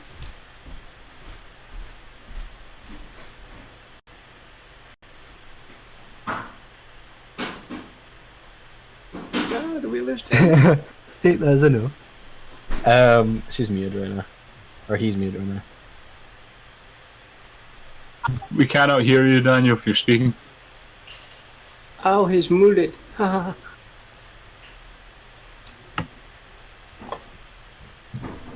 Okay. Silver, what are you doing? Okay. So am I on the scene now, or am I still running down? No, you're on the scene. Phoenix just got his face scratched by the cat. The crone lady is, Confused and perplexed. yes, confused and perplexed. In fairness, this would be a great distraction from, say, being stabbed in behind. Yes, Stabbed that's from what I behind. was. Phoenix is great for a distraction. That's actually exactly what I was thinking of. I'm gonna take out my short sword once more, and I'm going to sprint out from behind Phoenix, shouting, "The skull has summoned me!" as I sprint up to the old crone, and I'm going to straight up. I'm not even running up and stabbing her. I'm running at her. I jump and forward, full body thrust at her. So I would like to make an attack. Would this count for? I have to ask this question. Right? Does this count for backstab or regular roll? Because you're synchronized, he's surprised enough that it counts as a backstab.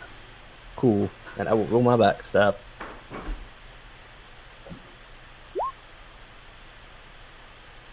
By the way, just a quick question. Does anyone know how to do dex, just the dex modifier, not the dex stat, when you're doing if you're doing the targeted? Yeah, it's hashtag dexmod. Dex mod house spell? Is it just Dex all caps mod like that? I think it's. Regardless. I think it's like yeah. Oh, Nice. With a capital M but no OD. oh, so like that but with capital M. Cool. Right. I am going to deal my damage D8 plus 2, and I am going to. I don't know if she's wearing armor. Does it look like she's wearing armor? Her robes look somewhat like armor. Yes. Okay, cool. Actually, I'm gonna never mind. I'm gonna deal my damage, and I'm gonna create an advantage for Phoenix to step on. Okay. Cool. So I just kind of like sprint out of nowhere and just full force like dive at her and like knock against her and maybe give that opening by making her stumble backwards. As like the entirety of the blade just goes straight through her. And the damage is D8 plus 2, so I'll roll it like that. So that's a 6 damage. 4 plus 2. Alright.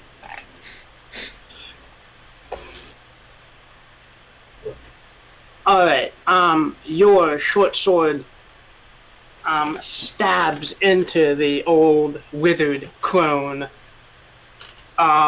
She stares in utter surprise down at your full body tackle, Silver, and she is visibly disturbed by your attack. Phoenix, what do you do here? Actually, I think I've got something quite ironically Phoenix for this one. Just give me a second to make sure I still have the item on me. Okay, I don't know what that means, but go away. No happy ending. Not here. Okay, I'll Okay, yeah, I know what I'll be doing. Phoenix will go, no! Snowball! You made me drop Snowball. Zonks, we are going to discuss this later. Silver, thank you for the assist. He pulls out a most fearsome and deadly weapon and throws it right down her gullet. It is basically a chicken boy. He's just going to throw a ration basically at her throat and hope that she can't mutter any spells while she's busy eating, or choking, in this case, on a chicken boy.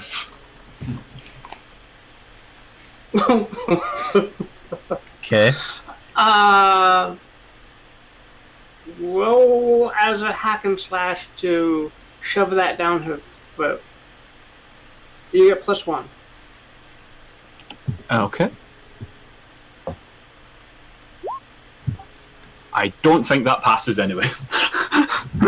The chicken bone flies away and does nothing helpful whatsoever. Ah, man. It was an attempt.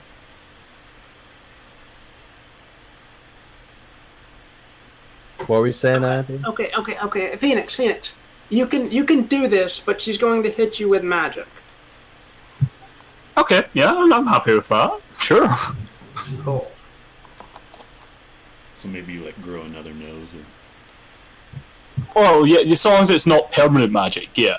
I would not be cool with permanent effect magic. As long as it's just damage or weird effect for short term. Okay. Yep. As you stuff this ration down her throat, she glares at you. Her eyes flare with energy, and your head becomes a frog head. Eat your vitamins, ribbit! What? Ribbit! Eat vitamins! What? Ribbit! What? Ribbit! Huh? Snowball, you still love me? I know how I manage it as well then, afterwards, after it becomes a froghead. He just goes, shrugs, and uses his tongue to push it down its throat. This is getting weirder and weirder. I didn't start particularly saying, in fairness. Adrian's gonna have to make out with him later, I think. To reverse He's the spell. scared. Run away. Oh man. Adrian, what are you up to while all this is going down? I seriously do not know. I feel like talking to Mog might be in order. Oh, But I don't know how I sit with him as far as relationships go. Are we on friendly terms, speaking terms? Well, he does know a bit of magic. He is actually somewhat interested in learning spells, any like first level spells that you might have that he doesn't know.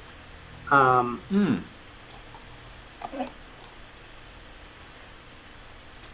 wonder.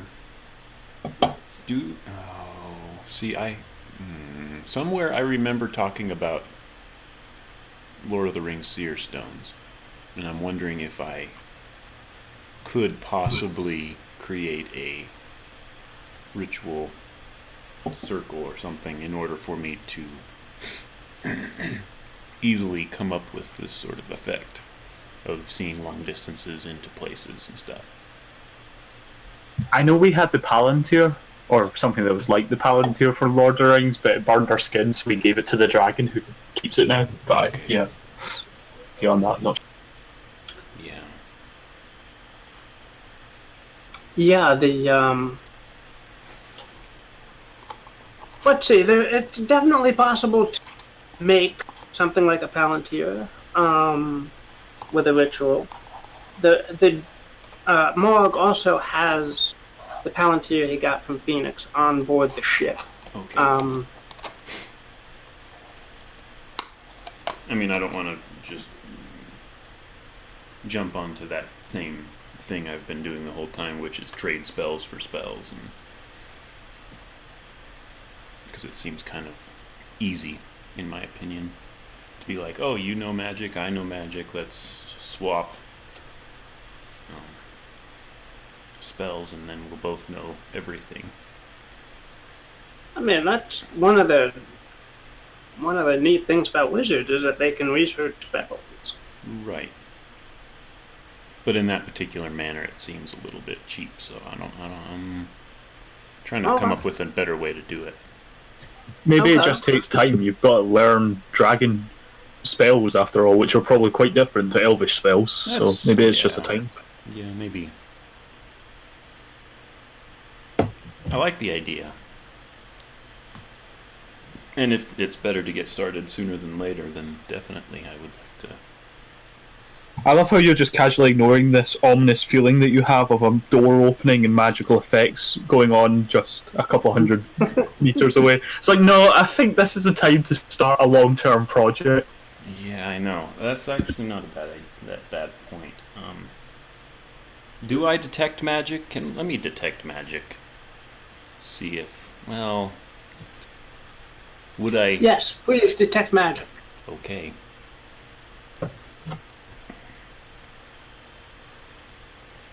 Which is nowhere near. You gaze for the fog of war. Fog of war.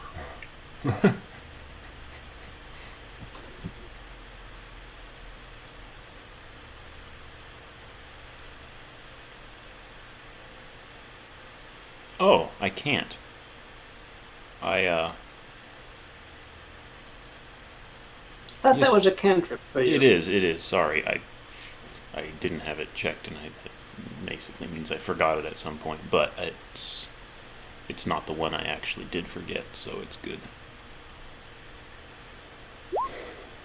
Man, I can't find anything. Yeah. Mog helps you. He Okay. assists your effort. Yeah, I team up with Mog.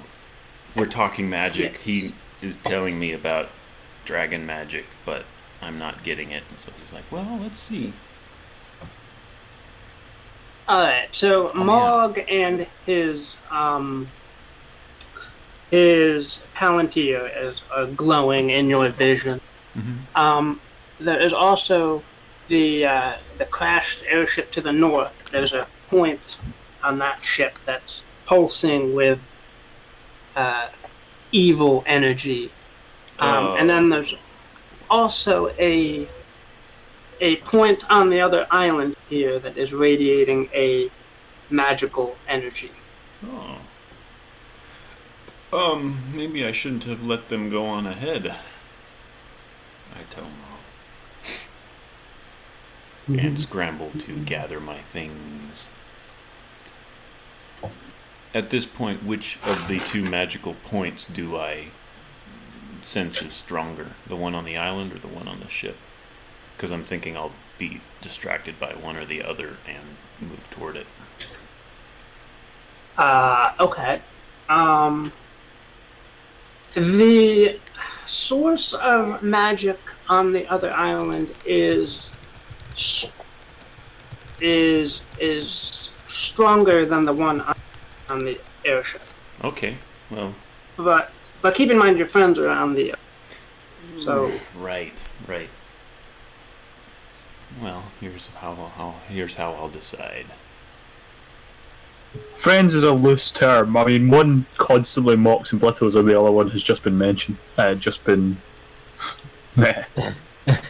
Yeah. I bid farewell to Mog for now, and scamper down the gangplank, stopping to notice that, the one on the island is quite a bit stronger. I'm kind of toying with the idea of checking that out. No, I have to help my friends. Friends, quote, unquote. And I run over and dive. She's running on water! Yeah, no, I dive into the water and swim across. Alright, Silver, Yeah. There's been a blaze of hatred, and Phoenix has had his head turned into a frog. What do you do? Did that chicken bone actually like widen her mouth, or did it go like right past her altogether? No, it actually clogged up her throat. She really can't do much more speaking at the moment. Oh really? I'm gonna reach into my satchel, one of my favourite items to use, as proven thus far. I pull out another bit of honey, and I'm gonna jam that down her throat. Teamwork! Me and Silver are a great team. Okay, Road to El Dorado all over again. roll with your strength, Silver, against her strength. I'm not bad at Her that. arms are still free, so she's gonna try and stop you from doing that.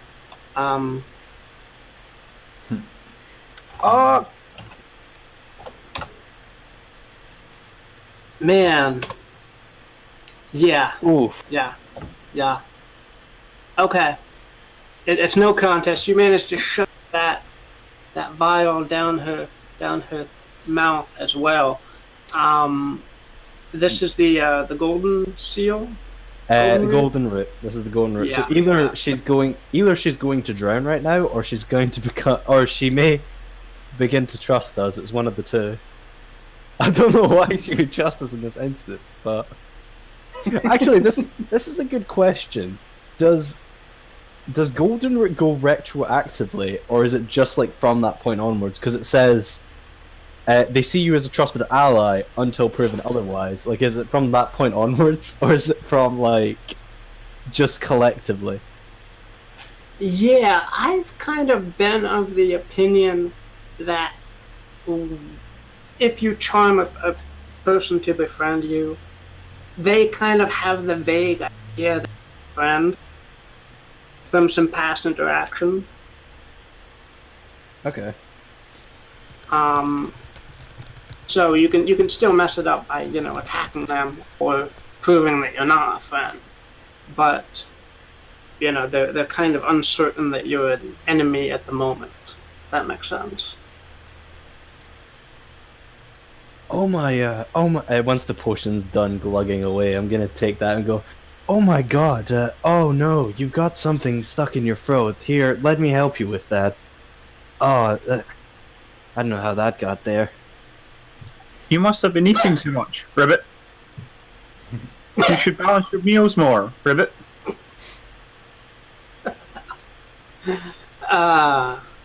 The crone. She still currently has a sword in her, by the way. Can you not forget that? Sorry, keep going. Ribbit, don't draw attention to it, Ribbit. Sorry. Obviously, she's going for more iron, Ribbit. Adrian, guess what you walk into? What do I walk into? You walk into Phoenix with a frog head and Silver kind of consoling this old crone lady. He's currently choking. Yeah. I glare. That you, I think, without any particular role, are going to identify as a hag. Yeah. I kind of gathered that the moment I saw her out of character. But, okay, yeah. Oh, a hag. I think to myself. Oh, Adrian, could you use your magic or something? She's got something stuck in her throat and she needs our help as faithful and kind-hearted adventurers. Yeah. Do I know much about hags in general? Obviously, she's causing trouble. But I'm trying to figure out, find a way to,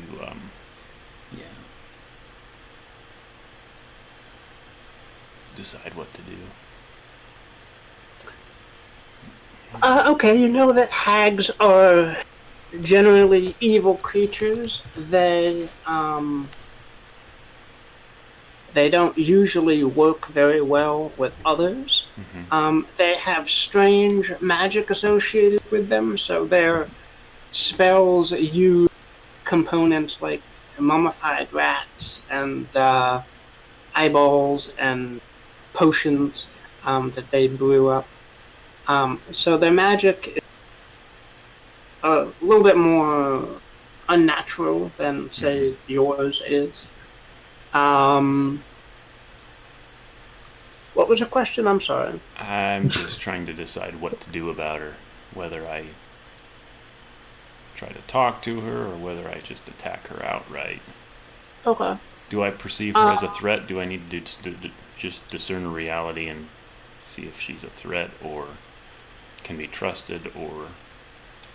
Right. You know that hags and make deals, and they usually uphold those deals, but the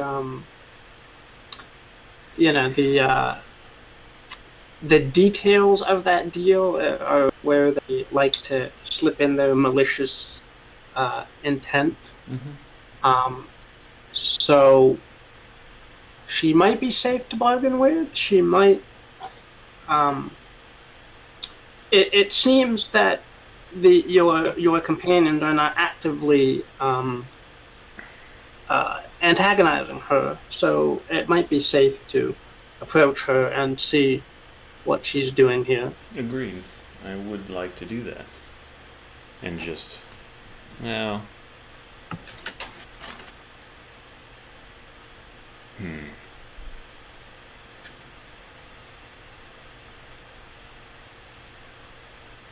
I'm gonna try and get that chicken bone out of her throat.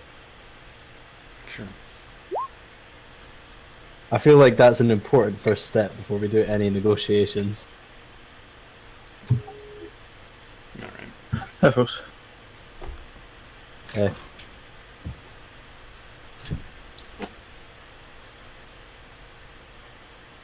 Would I be able to get it out, DM? JM. Sean? So, She's still got that chicken bone stuck in her throat, right? Or has that come out already? I thought you'd helped her out with it. Yes. Yeah, just clarifying. Okay. Cool. Alright, that's all I was checking then. Oh, sorry, where are my manners? So I am Silver, and this is, and I try and look to Adrian to see if she wants to show off her, like, her real name. Going for an introduction here. Yeah, Adrian. Adrian Findalia. I see. And this is our gracious friend Phoenix over here. I'm Gonzo. I flick him. I flick him in the. I flick him with my tongue on the shoulder as if to say, "Idiot." Oh like yeah, him. isn't Phoenix like your twin brother? Didn't he like? I can't remember what happened to him again. Didn't he like go off to the city of Narville and what was it he was doing there again? What? No, Phoenix is just my non-stage name. Where'd you get a twin brother from? I turn to the high and go, I have one of the worst. See, I kind of have this kind of twin mind thing going on. You see, it's strange. It's some magic nonsense. It's like, you know, the brain of two people is merged into one. So sometimes I remember things that don't really exist. What is your name?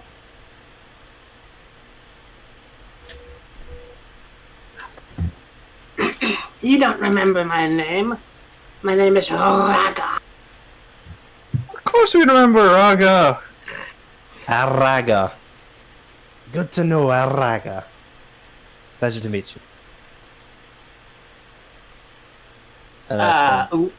Raga will pull you aside, Silver, and show you the poster and point to Adrian and Phoenix and say, these two are worth a lot of money if we turn them in alive.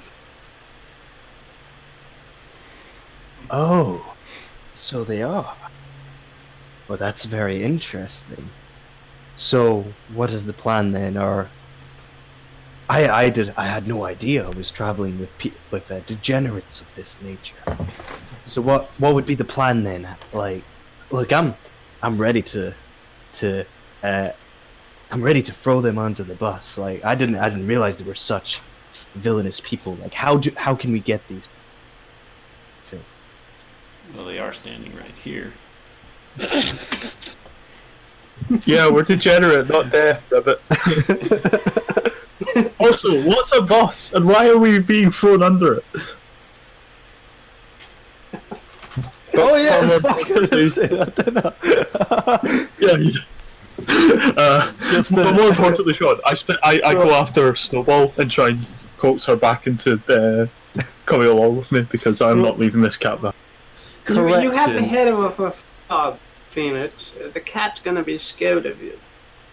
Can I try and softly coo at it? I mean, frogs and cats might get along. How do we know? This could be the start of a wonderful friendship. Okay, you want to caress the cat.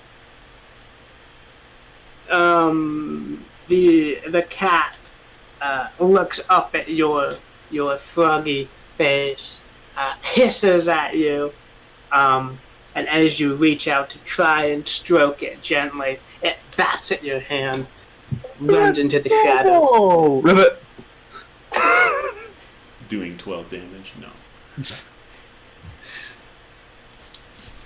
Correction then, in character, had been thrown under, I don't know, the cart. In that case. Thrown under the horse. Yeah, that Raga is going to reach into her bodice and pull out a vial that she whispers to you, Silver, is a sleeping potion that if we can get those two to drink it, we can put them in the brig. By any chance, could I make a check to see if I recognize this to any degree? Because to me, that sounds like a poison. Yes, you can, sure. Let's see. Make a spout lore. That's with wisdom, right? Intelligence. Intelligent. Okay, that's not. Where is my spout lore? Oh, at the top. Is it somewhere? Oh, there it is.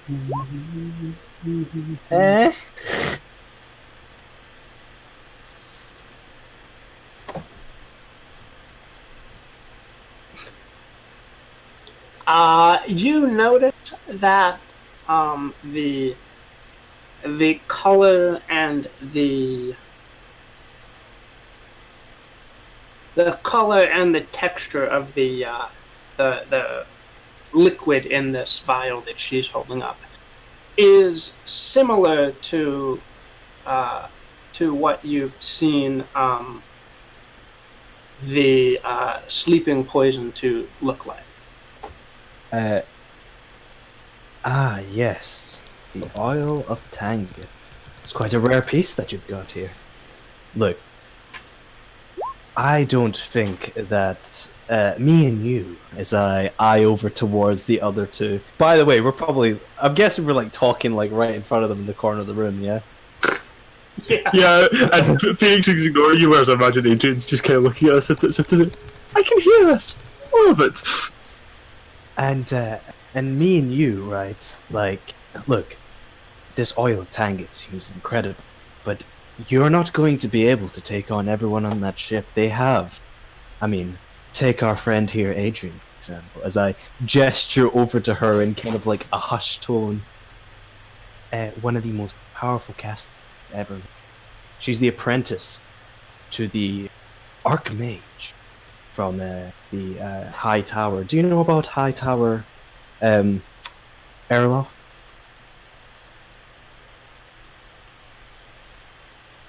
She will scowl at the mention and look over cautiously at Adrian, and She's not one to be taken lightly. I think that she probably has. Even if we were to use something on this, take a look at the frog-headed friend over there. He might seem like a nitwit sometimes, but believe it or not, he has had more battle experience than even soldiers in the Northern Land.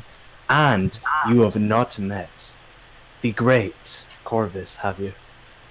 The last of the poster. He's this fantastical elven warrior that carries the immense power of elven kind for 20 generations back. This simple potion won't be enough to suffice. No, what we got to do is we got to get aboard their ship and gain their trust first. That is the way to do it. Hey Adrian, how come you didn't say anything about me? What? I didn't say I did. anything about anybody. I said the greatest... No. He's pretending he didn't understand that he was the nitwit. Oh, gotcha. It's like, everyone else got a mention by name after all. What about me?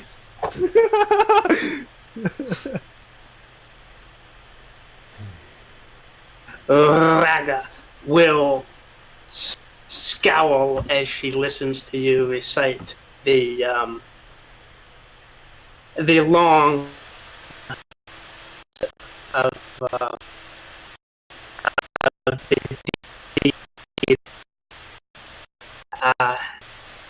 and it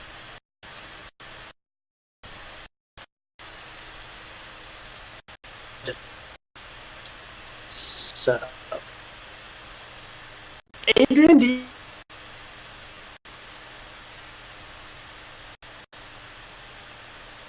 as wish constant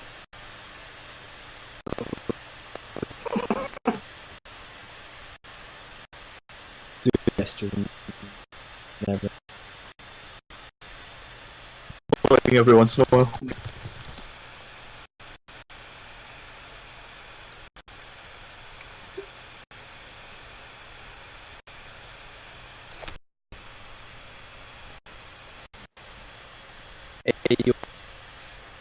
Adrian? Sorry. for my usual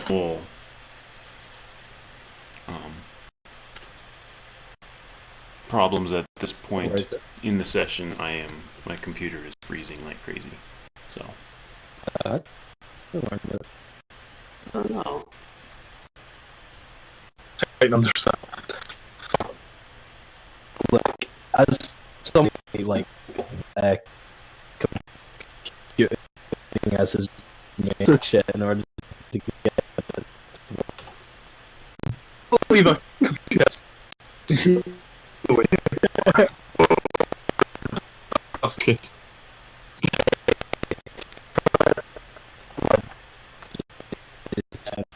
And if this doesn't work,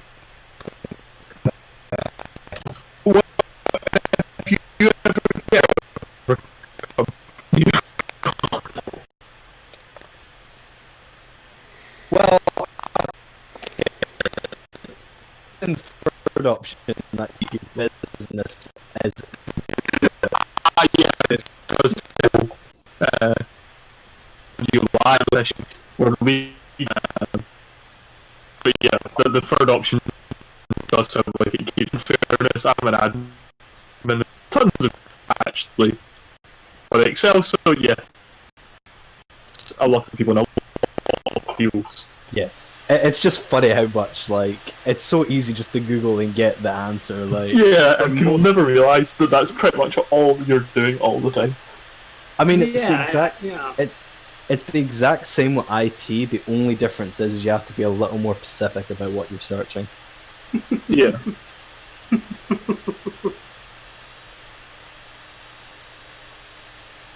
What do you do, Sean, work-wise, if you don't mind me asking? Yeah, I work with the admissions computer system for a college, so I help out with doing queries for admissions and stuff like that. So similar to IT, just more focused on the software and people skill side of it. So All very tech-savvy people. Yeah. Anyway. Alright. So I just constantly keep glancing back and forth at Adrian as I continue this little spiel with whatever her name was. Yeah, I'm back. I think. hey, you're back. As far as I can tell for now. Cool. What was her name again? It was Ara? Or Ara? Raga. Araga, okay. What was this question then? Are you doing anything, Adrian? I'm looking suspiciously at Silver, who is selling us out to this lady. Assuming that, yeah, we are definitely within earshot. Yeah, they're even doing maniacal cackling and evil hand gestures and calling calling presumably the cat a dimwit because there's clearly no one else here who fits that description. Yeah. It's fair. So what do you say, Raga? Shall we infiltrate their ranks, and when the time comes, we can hatch our plan to hand them over to the guards and claim this reward? Raga will give you a nod. Gladly accept any help that you can offer her to get these three under her power. Oh, so they are not within earshot? Like Adrian and Phoenix cannot hear this conversation happening? Oh no, I'm like speaking in like a shout whisper, so I'm like, it's totally obvious what I'm saying to her. Okay. Because that is... Especially because we're elves, this is like really painfully obvious. Yeah. Phoenix, yes, you can parlay with Yes. Fluffy. Snowball, damn it! What that cat? You're getting legally changed.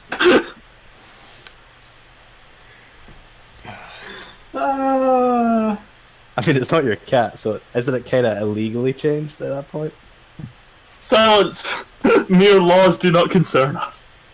Apparently we're all ready ne'er-do-wells. I think changing someone's name without consent is pretty much like the lowest, or the least low, I suppose, of our heinous crimes. Oh God! You push fish after fish towards the cat and calling it Snowball. Here's Snowball. Here's Snowball. And eventually it just comes over and flops on your lap, and you feed it fish. And Victory is sweet. Ribbit. Yes. I stand up straight from my hunched over Notre Dame state in the corner of the room and begin to proceed to walk back towards Adrian. Adrian, yes. so I was talking with Raga here, this fine young woman, and it seems that she has some set of skills that could be very useful upon our ship.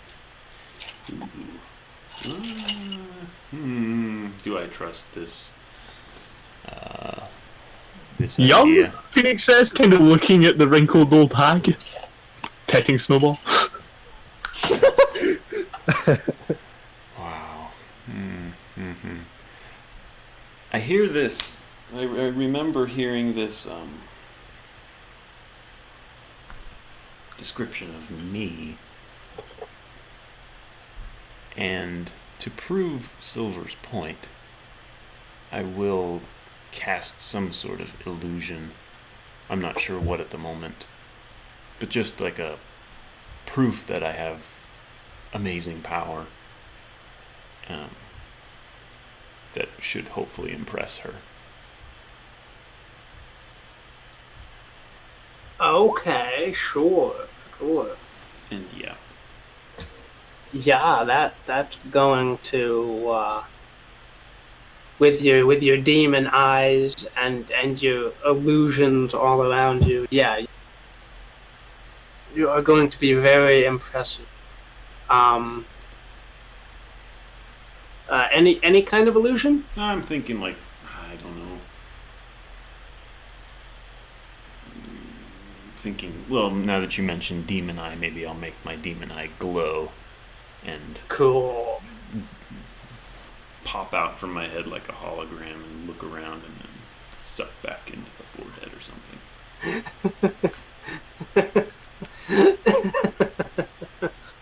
All right.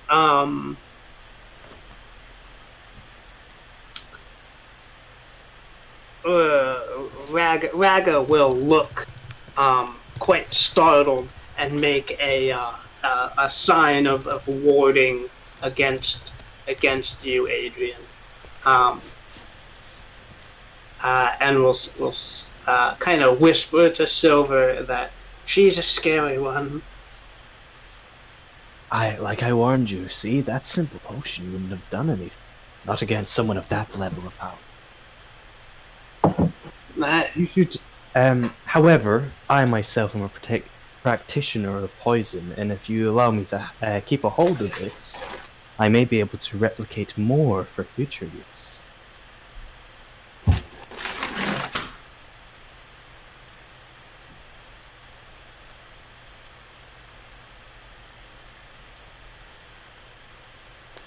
You can make a parlay with Raga. Cool. I will attempt this. No, but it's more XP though. Ah, man. She doesn't quite trust you enough to loan you the vial of poison, and she tucks it back down into her bodice. Oh, are we doing intimidation tactics? My turn then. Phoenix casually picks up Snowball, puts her on his shoulder, turns and faces the group. Stares at all of them. Is that Then sits back down. I got stage fright. Okay. See, that's how scary I am. I scare myself. fucking wonderful. Bruh, with the bard and the rogue are this chaotic and sporadic, man. It's like, anyway, I go to Adrian. So what do you say? Are you interested in having this new crew member aboard? Not particularly, no. However, I mean... Adrian, friends! But she turned your head into a frog's head. But look what I can do! I can lick my own eyes! He does so. Oh, gross. Oh. This is the stuff stories are made of! I'm not too sure about that, but we're going to ignore that for this exercise.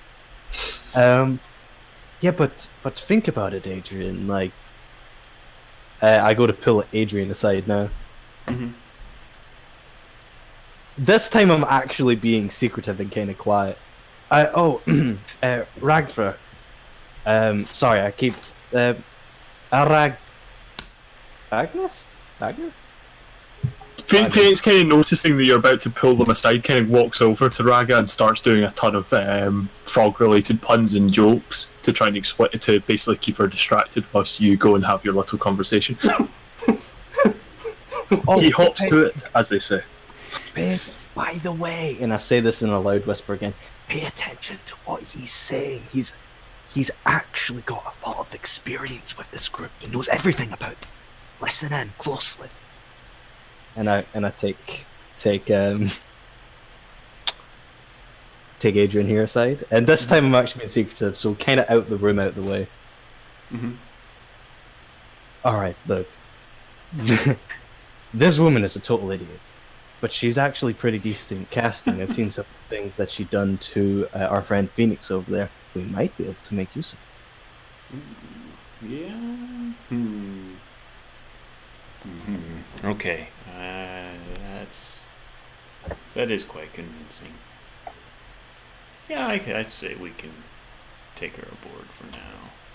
And I mean, worst comes to worst, we could just hand her in as a hag to the local guard. I'm sure that will give us a bit of money. A living hag. That is true. Okay. Okay, and then I'll scuttle back into the room. And that is why frogs are really, really awesome. We never croak it.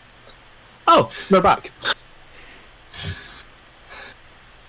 The puns.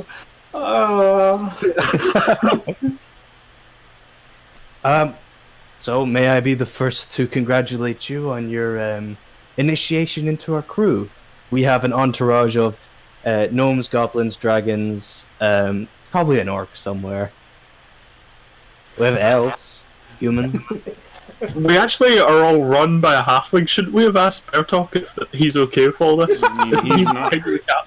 No, he's not actually here anymore. He's in the old folks' home. Oh. Bertok officially retired. I'm hoping so. Oh, because you want the ship. Yeah, but Bertok has taken up keeping shop in Delga. So. Oh, okay. I'm going to need to reassign a couple of my bonds then. Okay. Who's technically in charge then? Is it Grabnut? Wow. Sorry. I think officially, collective voting. We're a democrat. We're democratic. I think given Boffin is the navigator, so he's not really the captain necessarily. I have to say that I think given the persuasiveness of the bard and his tenuous, shall we say, grasp on reality, I think giving power to the people in this case could be disastrous, and I'm very much looking forward to the next time we vote on anything. And one rousing speech, and we're going to be doing something very, very stupid. See, here's the thing. Like, you guys are just saying, we're a democracy, but every action I've been hearing up until this point is leading you guys closer and closer to pirates.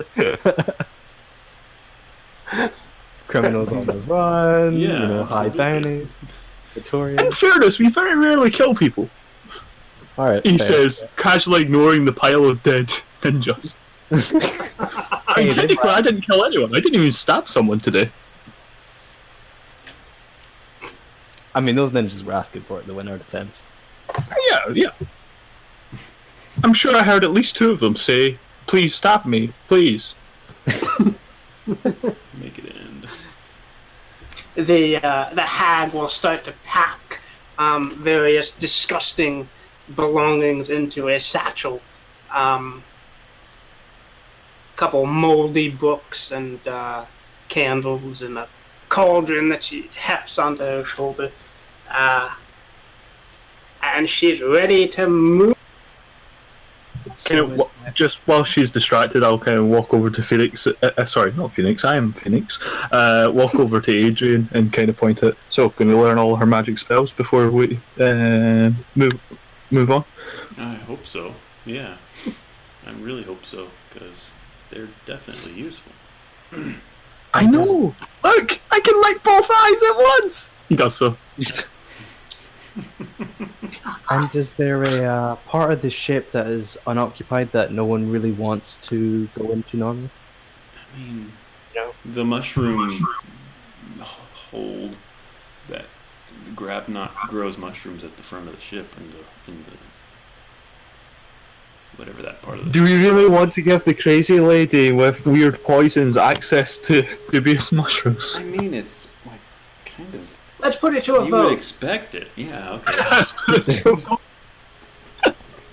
I mean, the creepy old hag has to go in the creepy old mushroom room, of course. Yeah. It's true. It does seem just too fitting. It's like Hansel and Gretel all over again, except it's a bard, a rogue, and then it's just a hag in a mushroom room. Instead of a house, it's an airship. Phoenix, just as we're walking back towards the ship, Phoenix has an idea and kind of turns towards Ryan. Raga, if we had a gnome, say, I think they were gnomes anyway. Say we had a gnome, and you've clearly demonstrated the ability to transform people a bit. Say, and this is hypothetical, say we had a gnome that we needed to become a gnomess. Could you engage in some kind of spell to facilitate this happening? Oh, of course. Excellent. We have skills in rituals too, so yes, we definitely could transform a gnome into a gnomist. It would be painful. Okay, but you we could vote. do We it. need vote for the next Mog buddy. What's up? Well, part of Mog's arrangement was that he got a female gnome. Now we can actually give him a female gnome instead of Yeah. cross-dressing one of the crew. Yes, definitely. Oh, the poor gnome. Maybe he'll rediscover himself.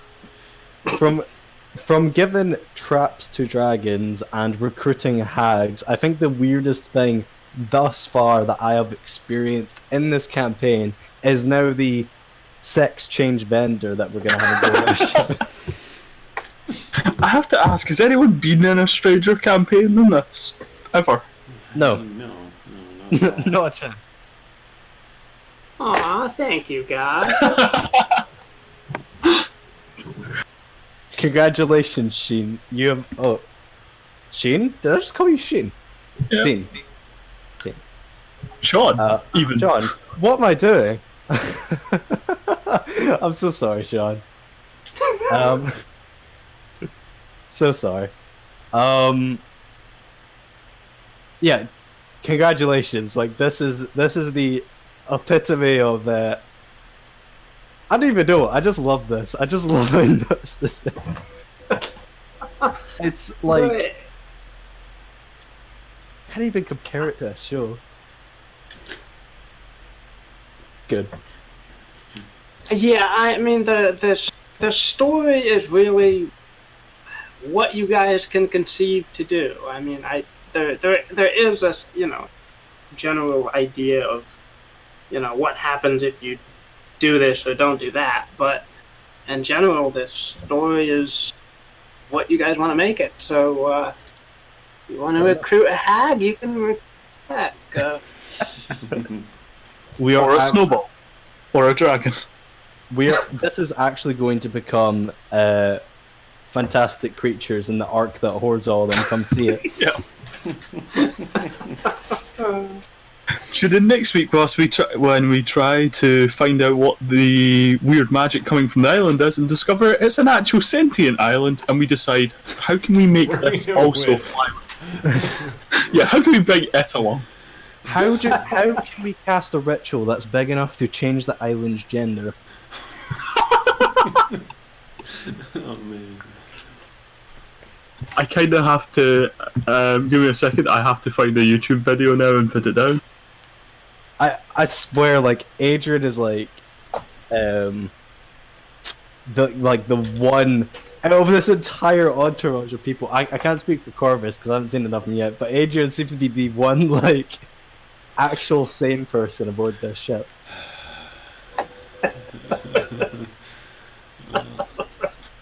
Well, I mean, okay. You haven't seen her with a fireball yet. Oh, you missed the fireball. That was awesome. From what I heard, she gets a bit mental with magic, but aside from that, she's sane. In fairness to Adrian, and I don't say this often, she has toned it back considerably since that fireball incident because Phoenix has not let her forget it. Yeah, yes. Yes.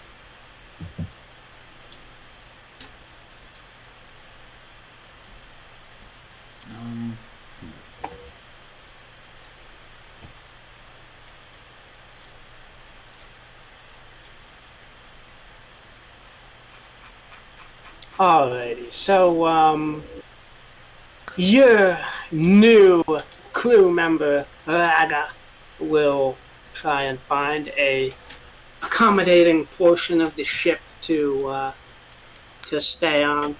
Okay.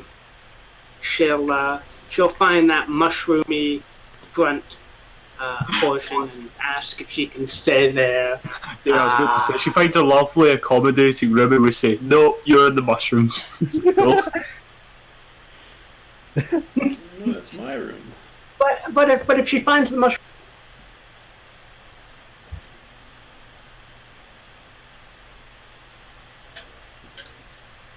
What's that?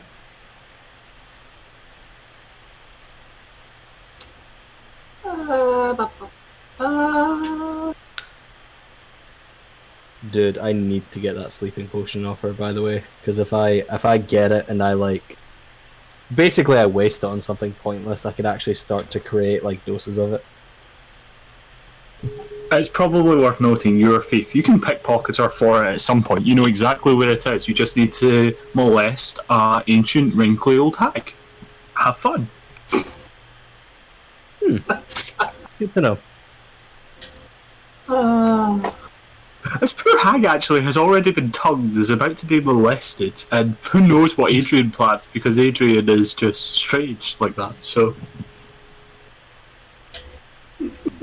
In fairness, I haven't pickpocketed her yet. Yet being the operative word.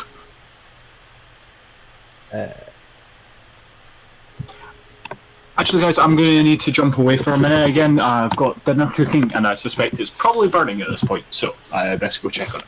Oh, Do you want to call a end of the session here? I would, yes. Sure, I think this is an alright place to start.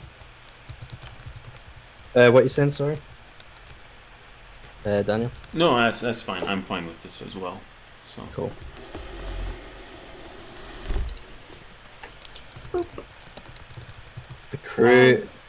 The crew weirdness expands.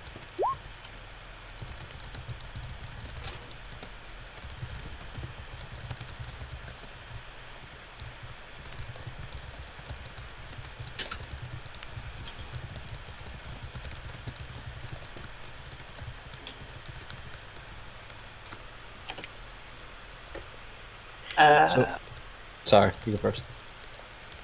Yeah, let's. Is there somebody missing? Did somebody Phoenix. walk away? Yes. Oh, okay.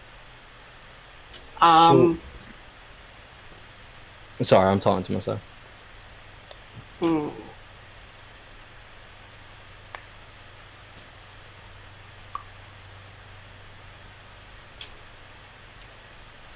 Alrighty, did we learn something new? Learn you guys have a wanted poster. Yeah, I would say being highly wanted criminals is probably a good one for that one. Yeah. You guys horde of ninjas and befriended a hag, so I think you overcame a notable monster. Did we loot a memorable treasure? The hag, maybe? The hag is accounted for in the notable monster. Fair. I don't think you guys really did find any treasure this time. I know there's something hidden on the ship, actually, and I'm going to point this out to... actually, before I forget, I will point this out to Adrian in character that...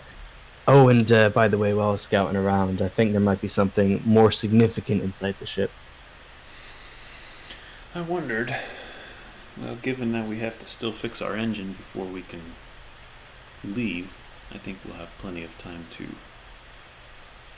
find whatever. Oh, it is. sorry. The hit was the powder of invisibility. That Oh yeah, then we did get a noble treasure, though. Or memorable treasure. Apparently I have that one. Okay, yeah. Was it sleeping powder or invisible powder? Sorry.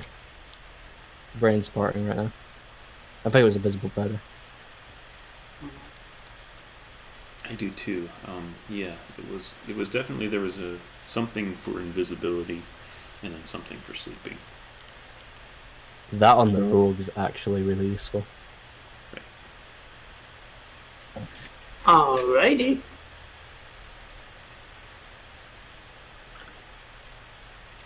And then, of course, if you failed any rolls this session, you get 1 XP for all that. Yep. Some of you have quite a few fails. Somehow you're all still alive. One. I think you're just very generous for it to us, Sean. I'm more interested in the story than actually killing. Agreed. guys. I think it is just far more interesting when we have bits and pieces like frogheads, for example. I got so much mileage out of froghead jokes with that. That was cool.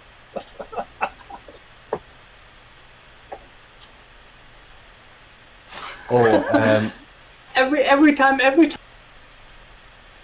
gain in person on the crew. Last time he wasn't here, we got. This time when he's not here, we got Raga. More importantly, we got Snowball. Yes. Oh, and Snowball. Yes. There's a dog on board! Yay! They can chase each other. Oh, this is fun. so We really are going to have a magical menagerie. we're gonna have some downtime to repair the ship, yeah? Yes. Yeah. I don't suppose there would be any ingredients on this island to brew golden root, would there?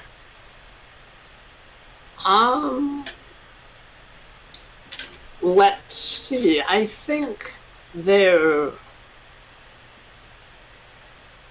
I'm thinking the main ingredient for golden root would be kind of a hallucinogenic sort of thing. So Like mushrooms down in the hold. Possibly. Maybe that. Or it could be something more social, like, well, not to be stereotypical here, but like, you know, like some kind of plant that gives like an inhaled high that generally makes you more relaxed. There might be something in the water that you could find that would be like you could extract golden root poison from. Yeah, I'm pretty sure some jellyfish things are almost like that, aren't they? Yeah. IRL, obviously, not in the fantasy. Just to confirm, we did all 3 for the group ones in this case, yes? Yes. Yeah. Or have we not got to them yet? No, we've done them. We got all 3 points. I don't know if the invisible powder would count though. Was that that memorable of a treasure? In my opinion, no. I mean, I don't know. I'm debating, but I'm willing. You also know that Ag has a sleeping venom on her. And that- she came yeah. over with a bunch of other equipment too. So I mean, some of that That might is be a- interesting. Yeah, that is a very noble treasure for me because that, if I can get my hands on that, that will be ridiculously useless as a thief. Mm-hmm. In fairness, I think invisibility powder for a thief is pretty useful as well. That's why I gave it to you. Out of character. In character, it was obviously because you were my friend that I kind of felt bad for constantly mocking you with the drunken staggering.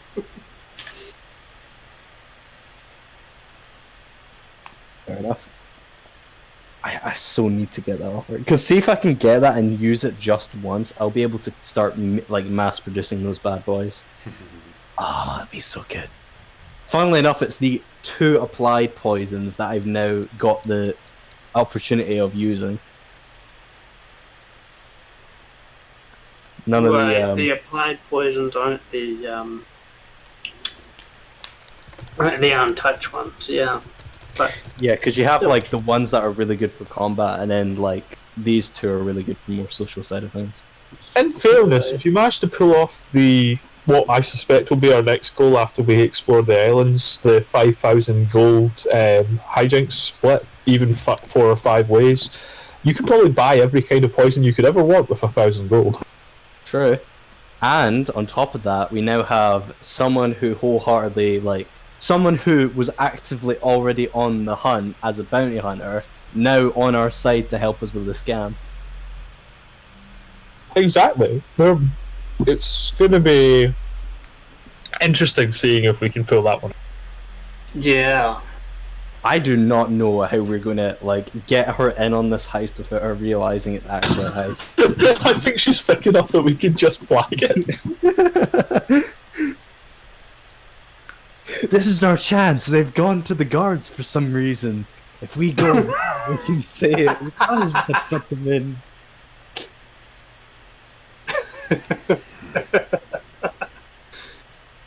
Alright. Anybody do their bonds?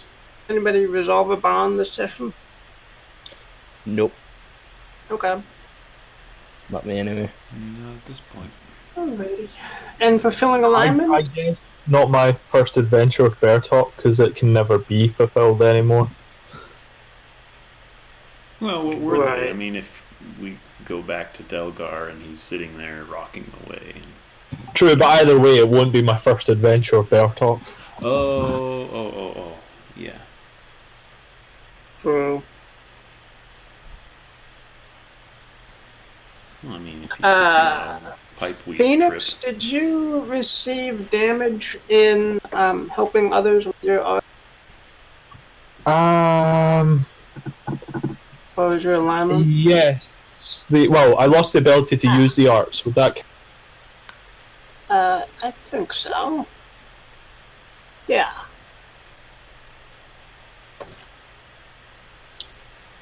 I didn't actually use my racial bonus once this time. I think that's the first time I've not used the Elf or the Bardic Law. Yeah. Yeah, you are really the history and the information gathering Phoenix. I was tempted to ask about the hag, but honestly, it was more fun messing with the cat and playing the idiot to the weird witch. I love how the cat just eventually gave up after you fucking started chasing around with the fish all the time. I actually worked out what I was doing wrong. It's like, wait, it's a cat. Food. Literally the only reason... We have a couple of cats here, actually at my house, and the only reason they give me any time of day is because I occasionally feed them. So, yeah. Bribery. So much easier. Plus, Adrian, you would have definitely fulfilled your alignment. Magical mystery. Yeah. Discovered the hag. Yeah, I would definitely Cool. agree with this. And next session there is the what is magic. So Yeah, that should be fun. Looking forward to that.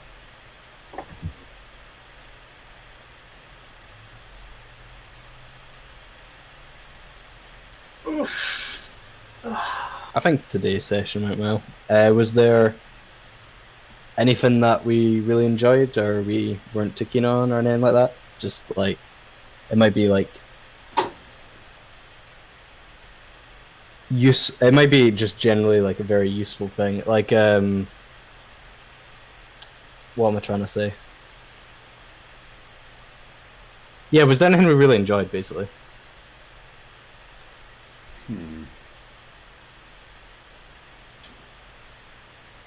Yeah, I think so. The whole frog head thing. I'm afraid I got a lot of static through for that one, so I didn't quite hear what you were saying, mate. Did you what did you enjoy the most about today's session?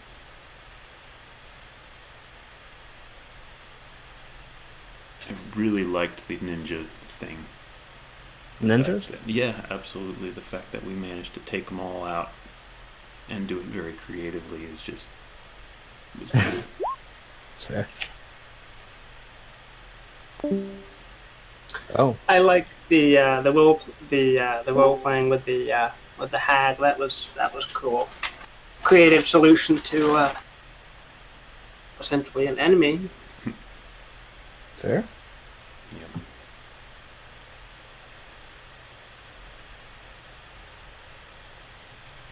Anyway, I'm gonna hop on away now. I'm a little tired and stuff. Yeah. Alright, cool. Great game, by the way. Yeah. Thanks for coming, guys. See you in a fortnight.